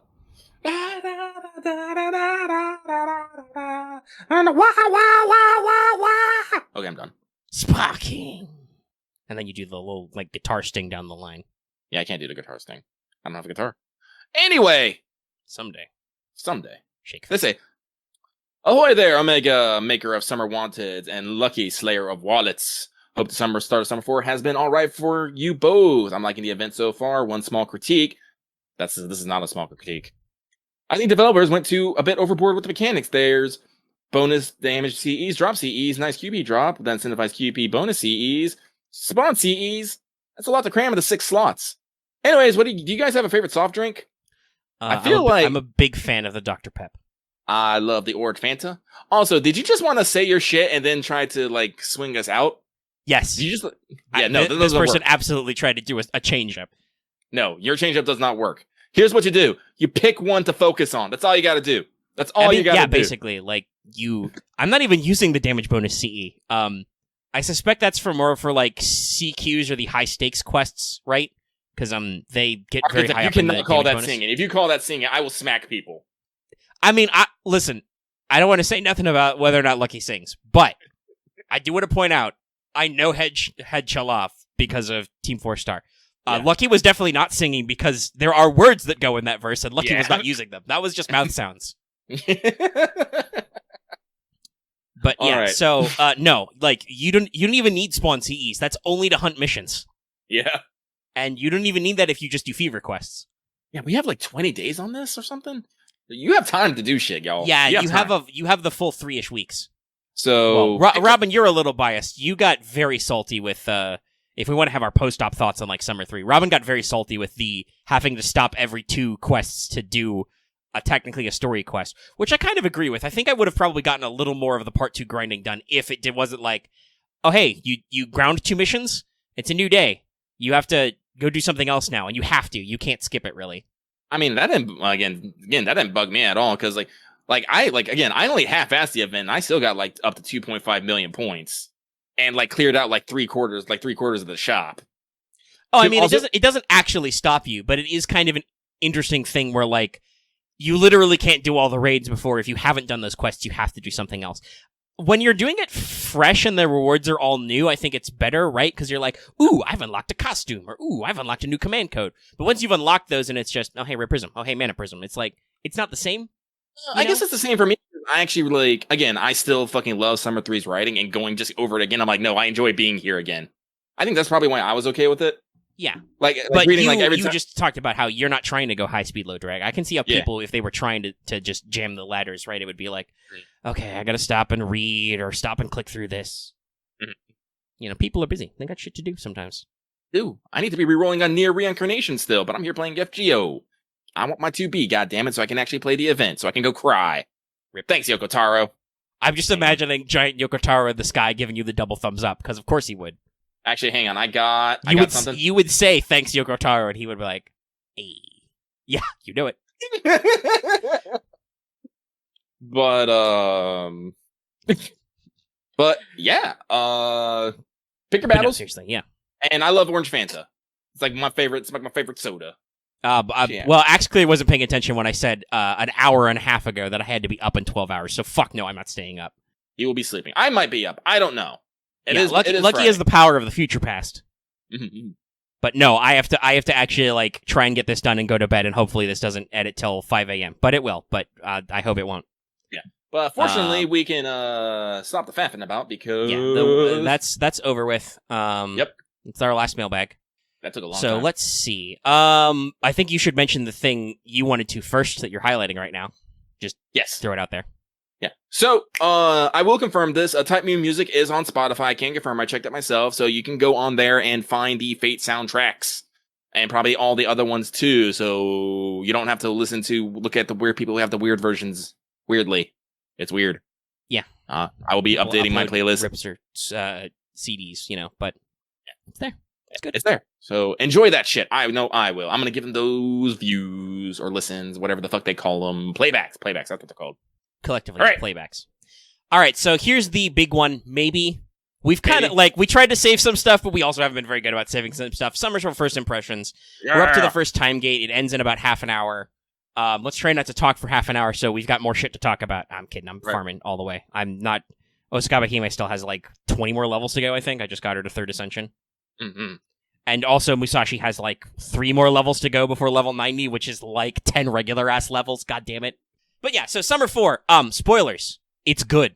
Again, I don't necessarily say I'm going to call this better than Summer 3 writing, but it is definitely at least at the same level. Like I said, Humming Randolph Flag is actually perfect. I mean, you're right. I don't know if it's better than Summer 3 yet. We got to do the whole thing. And, Summer 3 kind of had an interesting setup with the whole looping nonsense, whereas this is not that. But, this one has one of those great event starts where you're in for it. Much like kind of the way Summer 3 starts, but arguably even better because it's even more to the point of how ludicrous this is, right? Like, with Summer 3, you have build-up. You're like, all right, there's some shit in Hawaii. You gotta go, get on a plane, pass the fuck out, swimsuits, right? And then BB shows up and you're like, oh, hell no. This starts with Hokusai put on her swimsuit and has lost her memories because that's how that works. Which, by the way, you can comment on. You could just be like, it do be summer in here. She cuts down a wall and is like, I'm here to fight. I'm not a painter. I'm Katsushika Hokusai, the sword, and also the fairy. No, she's like, I'm a painter, I'm a swordsman, and I'm gonna be a fairy. Real talk, I can't handle this Hokusai. She's too goddamn adorable. I'm just like, no, her well, also, spoilers. This event is super fucking horny. It really is. But holy shit, her blushing sprites, I'm like, oh my god. Did you get her third ascension yet, where she just quietly calls you an idiot while blushing? I'm just like, I can't. Yes, I did. I can't. I'm like, yeah. Like, I'm like, I want to be like, okay, the 4 swords, no problem. Octopus, Dragon Dad, no problem. Do you have a fucking license for that blush, miss? Do you have a concealed weapon permit for that? Holy shit, you're trying to kill me. But like, and like I said, I believe it's explained in her profile commentary on her skills, like her Mats profiles and stuff. I don't think it's come out yet in her official thing, but like, and she's lost her memory, so I don't know how explicit it's supposed to be. But like, she has her divine power ink skill, which she's supposed to have based on a fad from like Suzuka's divine power. So I think, yeah, she's just being like a tryhard, not quite a kid, but like, you know what I mean, right? Like she's embracing her youthful energy and being really tryhard about summer. Yeah, I don't think it's necessarily chuny levels. It's just she wants to be a world-class samurai and has no idea how to actually do it. No, I do like, and who knows, maybe Tomoe will take a cameo because she's going to show up next year. But like, they mention Yoshinaka. I'm pretty sure that's the same guy, the different generations, because I know that she has a relationship with Tomoe. There's some commentary back and forth. But like, yeah, she talks about how her ancestors used to be highfalutin samurais, and she was going to be there. Yeah, I guess that could be it. Like, she's in her immature, like, kind of phase, kind of. She's definitely a lot more exuberant. Like, normal Hokusai, I wouldn't say was necessarily shy, but normal Hokusai only has painting on the brain. Yes. Well, normal Hokusai is very much the artist known as Hokusai, right? Like, because of weirdness, like, Oe is the one wandering around doing a lot of the work, but Hokusai as Hokusai is there, you know, Dad, Octodad. This one is definitely, while she's definitely remembering to call herself the great artist, Katsushika Hokusai, she occasionally slips up and uses her regular name, and I think Octodad's just there to look cool.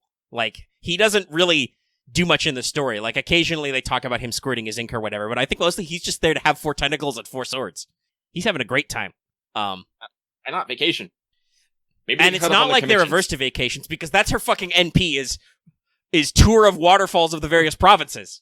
I really love this NP, by the way. No, it's so great. Cool. And I love the chant is just she lists the fucking provinces. And then at the end, the 6-way cut. Because Swordmasters, waterfalls. Cut in the waterfall. It's great. That's also probably why the final skill is like pseudonym Dragon Octopus. Because remember, if a carp swims up a waterfall, it becomes a dragon. Y'all play Yakuza, right? But yeah, like this event starts with she cuts down a fucking wall and she's like, I'm here to fight. I'm new to being a sword master. I'm here to sword. I have 4 swords. That's how cool I am. And you're just like, whoa, slow your roll, girl. My first thought was, are you trying to one up Jolter? That was my feed. I was like, I'm like, slow your roll, honey. And then she just rattles around. We're like, well, you're looking for a fight. I guess we should go to the kitchen. That's probably where some servants are. And Siegfried is there, and he's like, hello, I look great. And you're like, he does look great. I just love how Hokusai is just like completely like bamboozled by this man. He's like, why is he so hot? Cool. He's so hot and he's so cool. Yeah, she's basically she is just the fucking Squidward beam. Oh no, he's hot. Which, to be fair, Siegfried is. He's great. But so we have a little bit of back and forth. Mash is like, I don't know what the fuck's happening here. What? And we're just like, it's summer. Yeah, you're basically your choices are, I also have no idea what's going on here, or man, I have no idea what's going on here, but that's perfectly normal because it's summer. I do like how Da Vinci says, yeah, we have the summer transformation phenomenon now. Of just when sometimes around this time, service just change forms. We don't know why. It just happens. And she explicitly references she like checks in with Skahaken crew, like she's double checking, like, was this runes? Like, she has a 3-ring binder with a fucking flowchart, like, to go down. What's the cause of this problem? And then it turns out, because Yagyu shows up, that there is a tournament of the sword beauties. Pretty good translation. It's a little mouthy, but it works. What was the original? It's just like the 7 sword masters in swimsuits. Like, it's very literally translated. Swimsuit and sword masters or something. Yeah. Sword swim masters, I don't know. Yeah, I mean, like, sword beauties works because spoilers, it's ladies in swimsuits who have weapons. Not necessarily swords, as we see with Osakabe Hime. I mean, not everyone in the fucking Shimosha duels had swords either. Yes. Even though they were 7 sword masters. That's the other thing. They brought it back, but Merlin's the announcer. Oh my god, it's the best. Oh man, so because the first fight you technically have is between Iori, I guess. Yes. So yeah, that's a little bit later, but basically, to once again, Oe super fired up, ready to go. She fucking tears ass off to Casino Camelot because that's where Bunny Arturia is the strongest of them, and she's like, I'm a fight. And then she bonks into the barrier, and then the Summer Lion King rolls up and is like, ho ho ho, you're approaching me? Classy as fuck, by the way. Well, guess what? If you want to fight me, you got to give me a letter of challenge and beat up all the other swordmasters. And she's like, always like, okay, cool, but match. We'll fight. Want a match. Want to fight. And she's like, oh ho, you want a match? Well, okay, there's a swordmaster right there. She's been starving in the fucking desert, so I guess we'll fight. And then she calls the match. She summons forth the arena. The sky goes dark and thundery. It's great. And Iori, is like, well, okay, fine. I got a burger in it. I'll do it. And then, yeah, and then you fight her, and it's perfectly normal. Because, fun fact, apparently, everyone at Chaldea, except for, the main people, knew what sword beauties were. Apparently, it was in the database. Apparently. And Da Vinci's like, when the fuck did this get here? And doing the small scan, found there was a tiny singularity in the desert. Yeah. Because, by the way, we're not a desert, BT dubs. When we get there, it's a tropical island. I don't even know if I want to call it a tropical island. Well, it's an island. It's like a fucking artificial city on a lake. Yeah, they actually describe it not as an ocean, but as a giant pool. Yeah. Which is weird. It really is. No spoilers, but I'm like, well, Melt's here. I'm sure it's going to be her fault somehow. Probably. She can make a lot of water. It's like a reverse Oasis. Mm-hmm. Well, yeah, Melt is like 3 water deities. That's why part of her name is Meltvrillis. Or, mysterious alter ego Lambda. I'm sure she's doing a Vegas show at her casino, not sword mastering people, but her legs are blades. So beautiful. I love how every casino has like its extra element, right? Like we can only assume that something funny is happening at Casino Camelot. There's no, I know Melt is like, she's a prima donna. She's got to be doing ballet at her casino. They mentioned that how she like throws like big shows constantly. And Osakabe Hime not only has a regular ass Himeji casino, her quests are literally called "Let's Play Poker at Castle Himeji," but also she hosts a literal fucking battle royale game. Also, apparently there's actually a Hanafuda at her casino. Yeah, they do mention that she has some Japanese games. Mm-hmm. Not shocked. Quite. It's pretty fun. I believe I think the highest level is you fight Jason, and he's called like Inishika Cho Knight or something, Warrior, because that's one of the highest scoring sets in Hanafuda. But yeah, so like there's all this extra stuff going on. It's cool. I think is the next one's Casino Pharaoh. I don't remember though. The time gate will be over soon. We'll figure it out. We'll remember. But yeah, so to roll back a little, Yagyu basically rolls up. He's like, you're ready to like fight everybody with your swords, right? Seems like you're one of them sword beauties. Yes, there's a tournament. Yes, naturally. There's a tournament. Da Vinci drops her what here? And he's like, only those with swimsuits and swords are supposed to enter, though. Only those can ray shift there. And we're like, oh, well, I guess that means, nobody, we have to hold back. Da Vinci expresses, like I said, this is what it's like, Da Vinci fucking calling her shot that she's going to get a swimsuit because she's like, oh, I wanted to go. I guess I can't. I guess technically she does get a costume later, doesn't she? Maybe that's what it was referencing. Who knows? We'll see. But we have to approach the director for mission approval. I love this bit. I really this is do. Great. He's like, okay, let me get this straight. You want to race shift to a tiny singularity for summer vacation? Now listen, downtime's very important, but you're talking fucking nonsense. Basically, he's like, listen, downtime's important, but it's down. And we just constantly are like, but it's summer, director. And he's like, okay, clearly these guys need a fucking vacation. Yeah, he's like, is it me? Is it me? Because, like, I like how he calls this. It's like, we are literally in a world-ending crisis with a bleached earth. Why the fuck are you going to the desert? And then you name drop Luluaha, and he's like, that sounds familiar for some reason. Because remember, he was technically an early bird cameo in that, even though there's no possible. I mean, we can be pretty sure that BB fucked the time stream. But yeah, he was supposed to like cameo early there because that was supposed to be during our break year. Mm-hmm. I guess maybe the idea was that because FGO started in summer, technically we had an extra third summer in there where all the events could take place. It's weird. Yeah, again, like FGO is never actually clear when this begins. It just is clear when it ends. Yes. Because Maeve says that we defeated her previously in the summer, but that summer was during the EOR year. So how is she also having a second summer in the EOR year? That's a year apart. It's weird. But like he vaguely remembers it, but he's like, okay, you can go. You guys can go. Mash has to put on her swimsuit. She switches to her summer sprite. And you know, even though he's not in a swimsuit, he's dressed for summer, so Siegfried can come. And we show up in Vegas, and we get attacked by a condor, evil condor. Chicken. Scree? Yeah, they use a chicken sprite, but I love how they call it that. And the joke I did with the intro was fucking Musashi shows up, and she's like, "Yeehaw!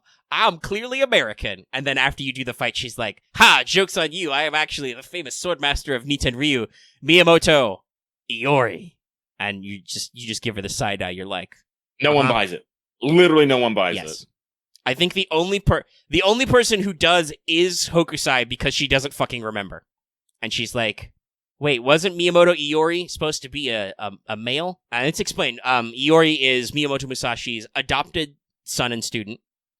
I love though that Musashi breaks character. She's like, "Can you imagine if Iori was my actual?" If we were actually she does this related? constantly, by the way. Yeah, she can't. I mean, it's Musashi. She can't keep it in character. She can't keep it in character long enough later when it's like, "Yes, now master, please for my tips, buy me udon and burger."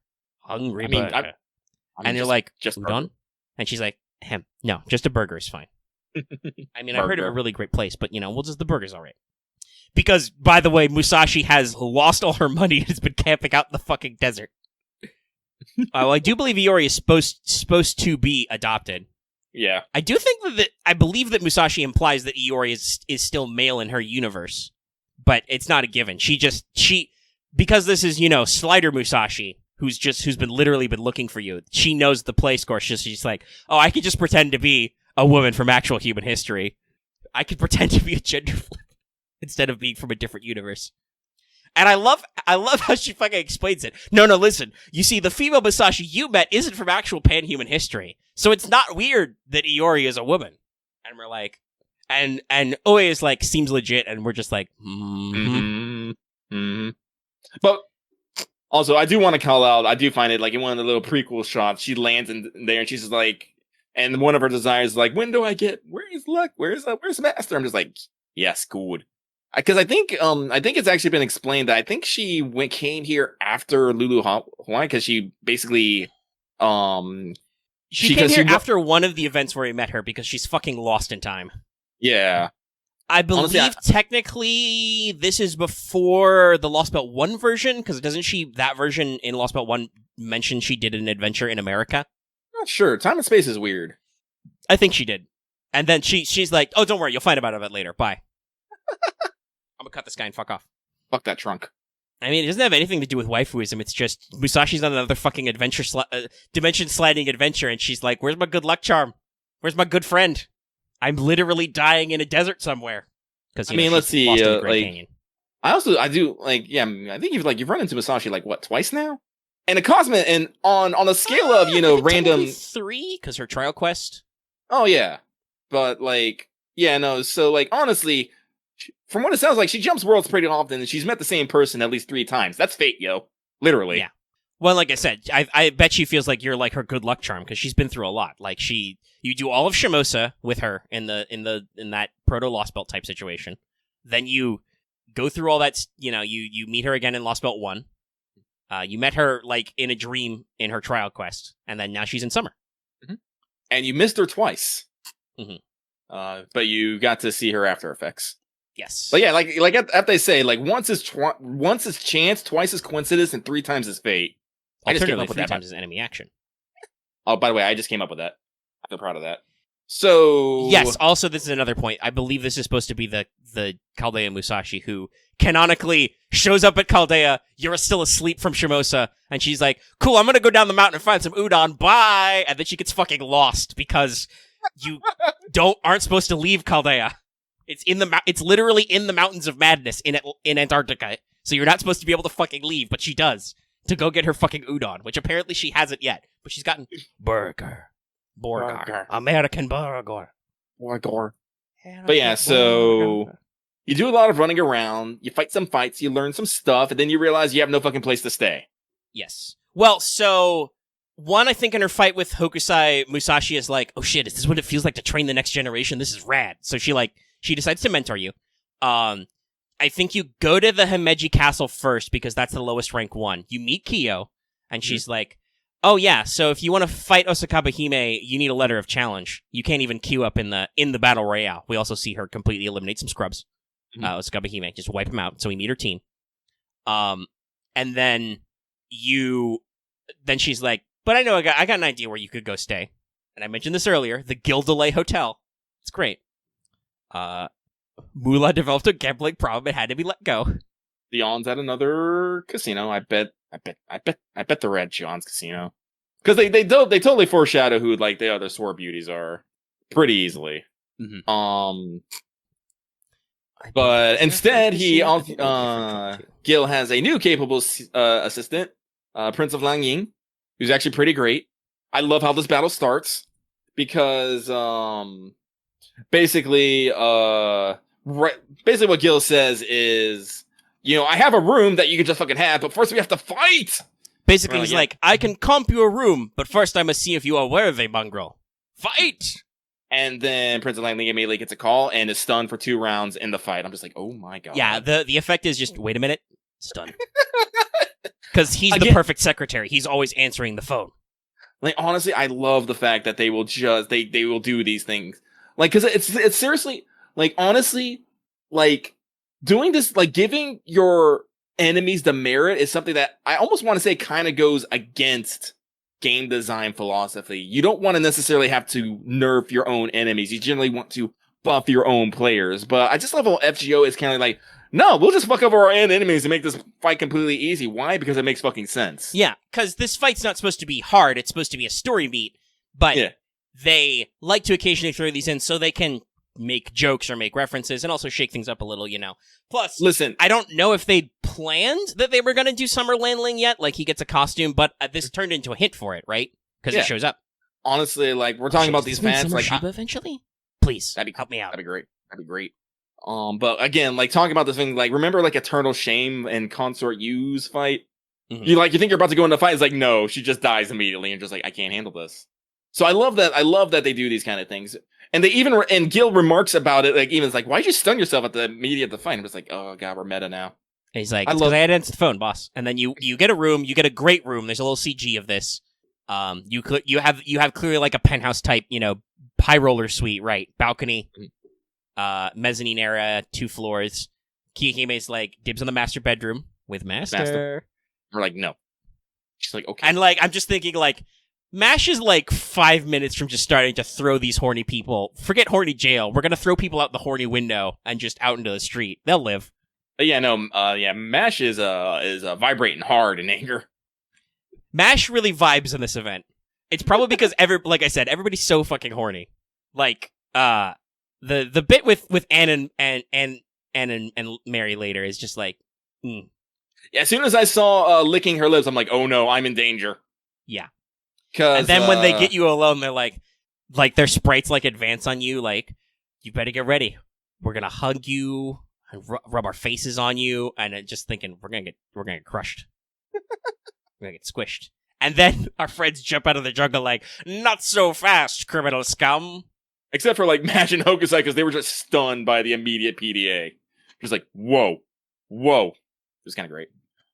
But, it's like, it's not played on as much, but Osakabe Hime is definitely feeling those horny vibes, because Mega mentioned this earlier. The sprite sheets? Oh, they dangerous. They wild. Yeah, she has a wide variety of expressions. And also, I do want to throw out, this is in Osakabe Hime's intro, she's never done it before, but she's wearing a flashy swimsuit. Which she is, by the way. It's very tight. Like, she makes that joke when she takes off her jacket for Second Ascension about, like, don't stare at my waist, don't stare at me. And I'm like, but that's the best part, because that's where you got a little bit of that thick. Mm-hmm. You got a little bit of an extra thickness, and it's fine. Well, it's fine. It's good, girl. It's good. But yeah, no, like, there's a lot of fun back and forth. You clearly have a nice setup, because later you do a flashback where fucking Siegfried narrates you've got some found footage. It's great. They make a joke. They make a great joke, by the way, that first of all, that Fate has never had an int stat. But they make a joke about the glasses being an int boosting item, and Goldorf is like, wait a minute. When do we have this stat? And he's like, no, clearly it's an int boosting item. Ding! And he has a little ding sprite. I mean, also to talk about, like, Hime's quote-unquote horniness. One, besides the fact that she's roped into still writing her draft with Kiyoyo, as she says, there's definitely, once she realizes the Master involved, she's definitely like, look at me. I'll get Master's attention. And then she gets bunkled. And Blackbeard's there to just have fun. Blackbeard is completely being a pro as usual. He spiritually vibes with Osakabe Hime. They speak the same language. They get along, actually, pretty well. Like, in earlier events, girls wouldn't even want to get close to Blackbeard, even to touch him, but they have, him and Osakabe Hime actually do, like, a fucking secret handshake and shit. It's great. They are, as they say, they're people. And again, I've been mentioning this about, but I really do feel like characters like Kiyohime and Blackbeard have gotten, for lack of a better term, calmer in their actions. While, they're still gremlins in their respective ways, they're still, fun and cool to hang around and just not constantly spouting memes and whatnot. Kiyo's very obsessed with her novel draft. To the point where she even brings this up. Oh, don't worry. Osakabe Hime will be able to help you soon. I've done the rough draft. She just needs to do the details. And we're like, wow, it might just be a thing, though, that her rough draft is a fucking high school AU between her and the Master. But, I mean, I'll take my victories where I can get them. Mm-hmm. Like, I love you, Kiyo. I also like that Mecha Liz is basically, with the team as well. Mm-hmm. Right, she's just hanging out, doing stuff. Probably because, I'm assuming because Osakabe Hime technically built her, technically. So. And she does have that spiritual connection to the castle, which she summons. You can't escape it, complete with giant Mecha Liz who shoots non-lethal missiles at you. How does that even work? Blam. Oh god, I think one of the best things about Summer is just literally calling out all the bullshit. Mm-hmm. The fucking UFOs, because you recruit Helena to help you. Mr. Mystery shows up in a shower of flower petals. By the way, another thing, Foe snuck in Mash's backpack, so Foe comes on with us canonically on this event. More Foe dialogue. Foe roar. Foe kill. Sometimes you have to get full-on special translations, like, damn it, I should have killed him. Yeah, there it is right there! Mm-hmm. Playable Foe win. But yeah, he has that reaction because Mr. Mystery appears, which is just Merlin pretending he doesn't matter. Very self-aware, by the way. Like, there's an early thing where Sherlock is like, all right, I can explain everything later. And he just, and like, Da Vinci steals his thunder, and he just does his eyebrow raise. And we're like, are you just going to raise your eyebrow at me? And he's like, yes. To be fair, when they call it out, I don't feel as mad. Well, yeah, when they draw, especially when they do steal his thunder, you're like, and he's like, well, now I'm not going to say anything, because you made a thing about it. And honestly, the stakes aren't actually that fucking high. No. Like, yeah, honestly, Hokusai is like, are you like parent and child? Daddy Holmes, he's like, no. He's like, no, don't do that. You run into Moriarty, and he's like, in his bartender costume, and he's like, no way, I'm too old and too evil to help you. I've got to go break the bank. Bye. I'm pretty sure Moriarty is running an illegal gambling ring somewhere. Oh no, Moriarty is counting cards. It's like that movie 21. He's taught a whole bunch of servants to count cards, and he's making money. Until somebody comes in to kick his ass. Man, Discord's giving me some weird alerty flashes and stuff. It's a little weird. We're still recording, okay, so it's fine. But yeah, so like Mr. Mystery, Summer Merlin shows up. He throws flower petals at us, and he explains some of the stuff. We find out it's a 4v4 for the Battle Royale, duh. So you gotta assemble a team. Canonically, your team is Mesh, Oe, Iori, and then you add Helena after you do a little thing for her. And then she kind of says at the end, she's like, all right, that was fun, thanks. I'm going to go off and do my own thing now. You'll find new people to help you. So I'm like, okay, so next casino we'll find a new supporting cast, etc. And so on and so forth. Overall, writing's good. Like, we've only done, like, the first casino, and it's really great. Like, there's a direction to the plot. It's fucking ludicrous, but it's summer, so it doesn't matter. Yeah, no, this is how summer do. All the writing is good. All the expression is really good. I'm very eager to see where it goes where, and, like, as we explore more casinos, so on and so forth. Etc., etc. Almost there! Like, it's working. I'm working hard. I'm working hard. Am I hardly working? Are Nay. you in XP right now? Yes, I am. I'm in the middle of prepping for a quest. But alright, I think that sufficiently covers our first impressions. Is there anything else impression-y and firsty you wanted to talk about, Lucky?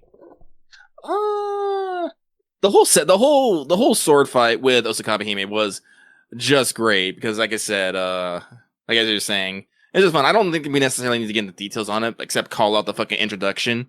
Yeah. Because, like I said, I mentioned that earlier. When I was first listening to it, I wasn't sure if I was hearing Nobunaga, you know, who does the voice of, like, of the MC, because I wonder, it's like, am I just doing the intro here? And it's like, no, it's Merlin. It makes sense. It totally makes sense. And the second time I heard the intro, I was like, nope, that's Merlin. That's great, but the intros were so goddamn funny. I hope they're like this for all of them, because Osakabe Hime just calling it out, just like, wait a minute. And I'm just like, no, I'm dying. I'm fucking dying, especially because her sprite changes too. I'm like, oh god. No, yeah. I love Osakabe Hime. I really do. Goo. By the way, Carmilla, level 80, smile protect. Got a fever ticket? Oh, it is time. The time is meow. Well, that's as good a time as any to leave the segment, because that means we've got more story to do and talk about and stuff later, so we'll work on that. Let's see. I mean, we're at 3.5 hours, and it's already midnight. I kind of don't... I know this is a me thing, but, like, I do need to be kind of serious about it. Like, I gotta go to bed soon and stuff and hope this doesn't take forever. Because of real life, I kind of want to push Fanservant Friday to next time, because I will presumably be... That's, like, a week from now. We'll be settled in, and it'll be fine. All the kinks will be worked out. Obviously, there'll be big anniversary news, but I can still squeak it in. So if people don't object, because I kind of do want to wrap up the show now. I mean, that's fair. I mean, next week we'll probably only have like an hour mailbag. Because we'll have big anniversary news, whatever it is. Well, big anniversary, we'll have the majority of the event. We'll have, we'll probably be done with all the part 1 story by a week. And then more rolling news, because I'm going to be rolling when Carmilla's on solo raid up, for instance. Won't you probably going to do Welfare Corner as well? Yeah, if Hokusai is permanently available, yeah. Though, a lot of people will also... I may even do it anyway, just because a lot of people will have been using her, because you have to. Great that they make her essential materials so readily available. Love it. But, yeah, so no, next week will be super full. It'll be full, but we can still do the fan servant and cut off the mailbag. It's just, we thought we were gonna not take time, but it's 3.5 hours later, and I'm like, fuck, I gotta, like, edit and upload this and all this shit. So yeah, we'll see what happens. So we'll wrap up. Sorry about this, guys, but, you know, like I said, I'm moving. It's been kind of up in the air, but I have received solid planning information about when I'm going, and I'm like, well, shit, that means I need to, like, start wrapping this up and actually go to bed and be ready to pack up for, you know, whatever. Like, I got a few hours in the morning, so I don't think it's a problem if I don't get my computers and shit packed up tonight, but, you know, I want to start the process, because this can take a little bit. This can take a lot of juice. I'll probably, like, go silent and offline until it's all done. I usually get a little distracted doing audio editing, and I'll try to avoid that.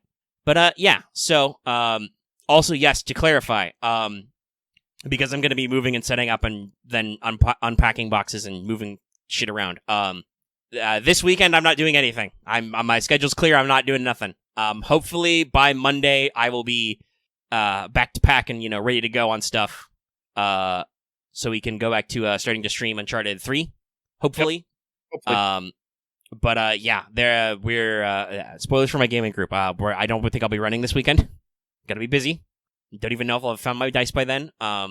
And yeah, no what's up tomorrow, because that'll be the day I'm moving. So Lucky can do his dream stream of Final Fantasy if he so chooses. but I am not doing anything over the weekend. Hopefully, I will have plenty of time next week to get the next Wanted bit out to you on time. Yeah, I'm just throwing everything out there. It's fine. Nope, just clearing it up. I do need to make a thumbnail. I just realized, god damn it. Oh yeah, I can't post the episode if you don't finish that thumbnail. It'll be fast. You said that. You said that like 2 hours ago. It's not gonna be hard. It's not gonna be hard at all.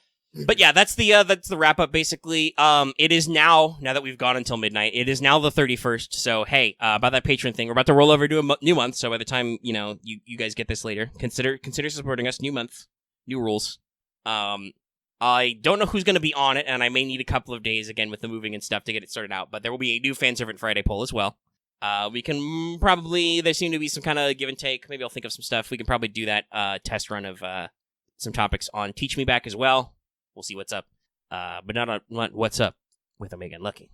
Different show. Different show. So just keep that in mind. And like I said, I'm getting those conversations again. So, a little extra grease in the wheels would not go wrong. We always need more support. Something I actually want to work on in the next year is the visual angle, and hopefully also getting an actual GPU for my computer will help with that too. But I'm thinking I want to get maybe a little decent camera and maybe some green screen stuff so we can actually shoot some video angles of this sometimes, or at least shoot better in person stuff. So I'm not just shooting unboxing or whatever on my fucking phone. Mm-hmm. I'll work on it, but that's another dimension we can do. You guys can see me when I just make thumbs up and waggly hands and stuff. And don't worry, we'll still do audio versions of stuff too. But yeah, your support stuff helps us out. There's that new feature we're enabled for, super thanks, which is apparently you can just tip people on the video. You can leave a super thanks in the comments. You don't have to be on a live stream. If you just want to just do a one-time hey, you're great. Here's $5. Buy a coffee. We'll be okay. 2 months from now we'll buy a coffee because Daddy Google Bucks comes very slowly. But check it out. Let's see. Next week, like I said, we will definitely have our anniversary news. Technically, that'll be in the middle of the night tonight. We'll have more Rollian stuff. Any other big surprises out there, we'll let you know. When's that next bit of Lost Bolt supposed to come out? The 4th? Yeah, so that'll have happened by next show as well. So we'll have a lot of JP news to talk about, and obviously more event stuff with Summer 4. So look forward to it. Oh, Pochi, you drew your daughter. Yeah, it's a great art. It is. But okay, so with all that stuff out of the way, let us do the wrap up. So, if you like this video, give it a like. Press the like button. If you have any comments, you can leave in the comment section down below, or join our Discord. That link is always in the video description and on our channel page. Excuse me, a little hiccupy.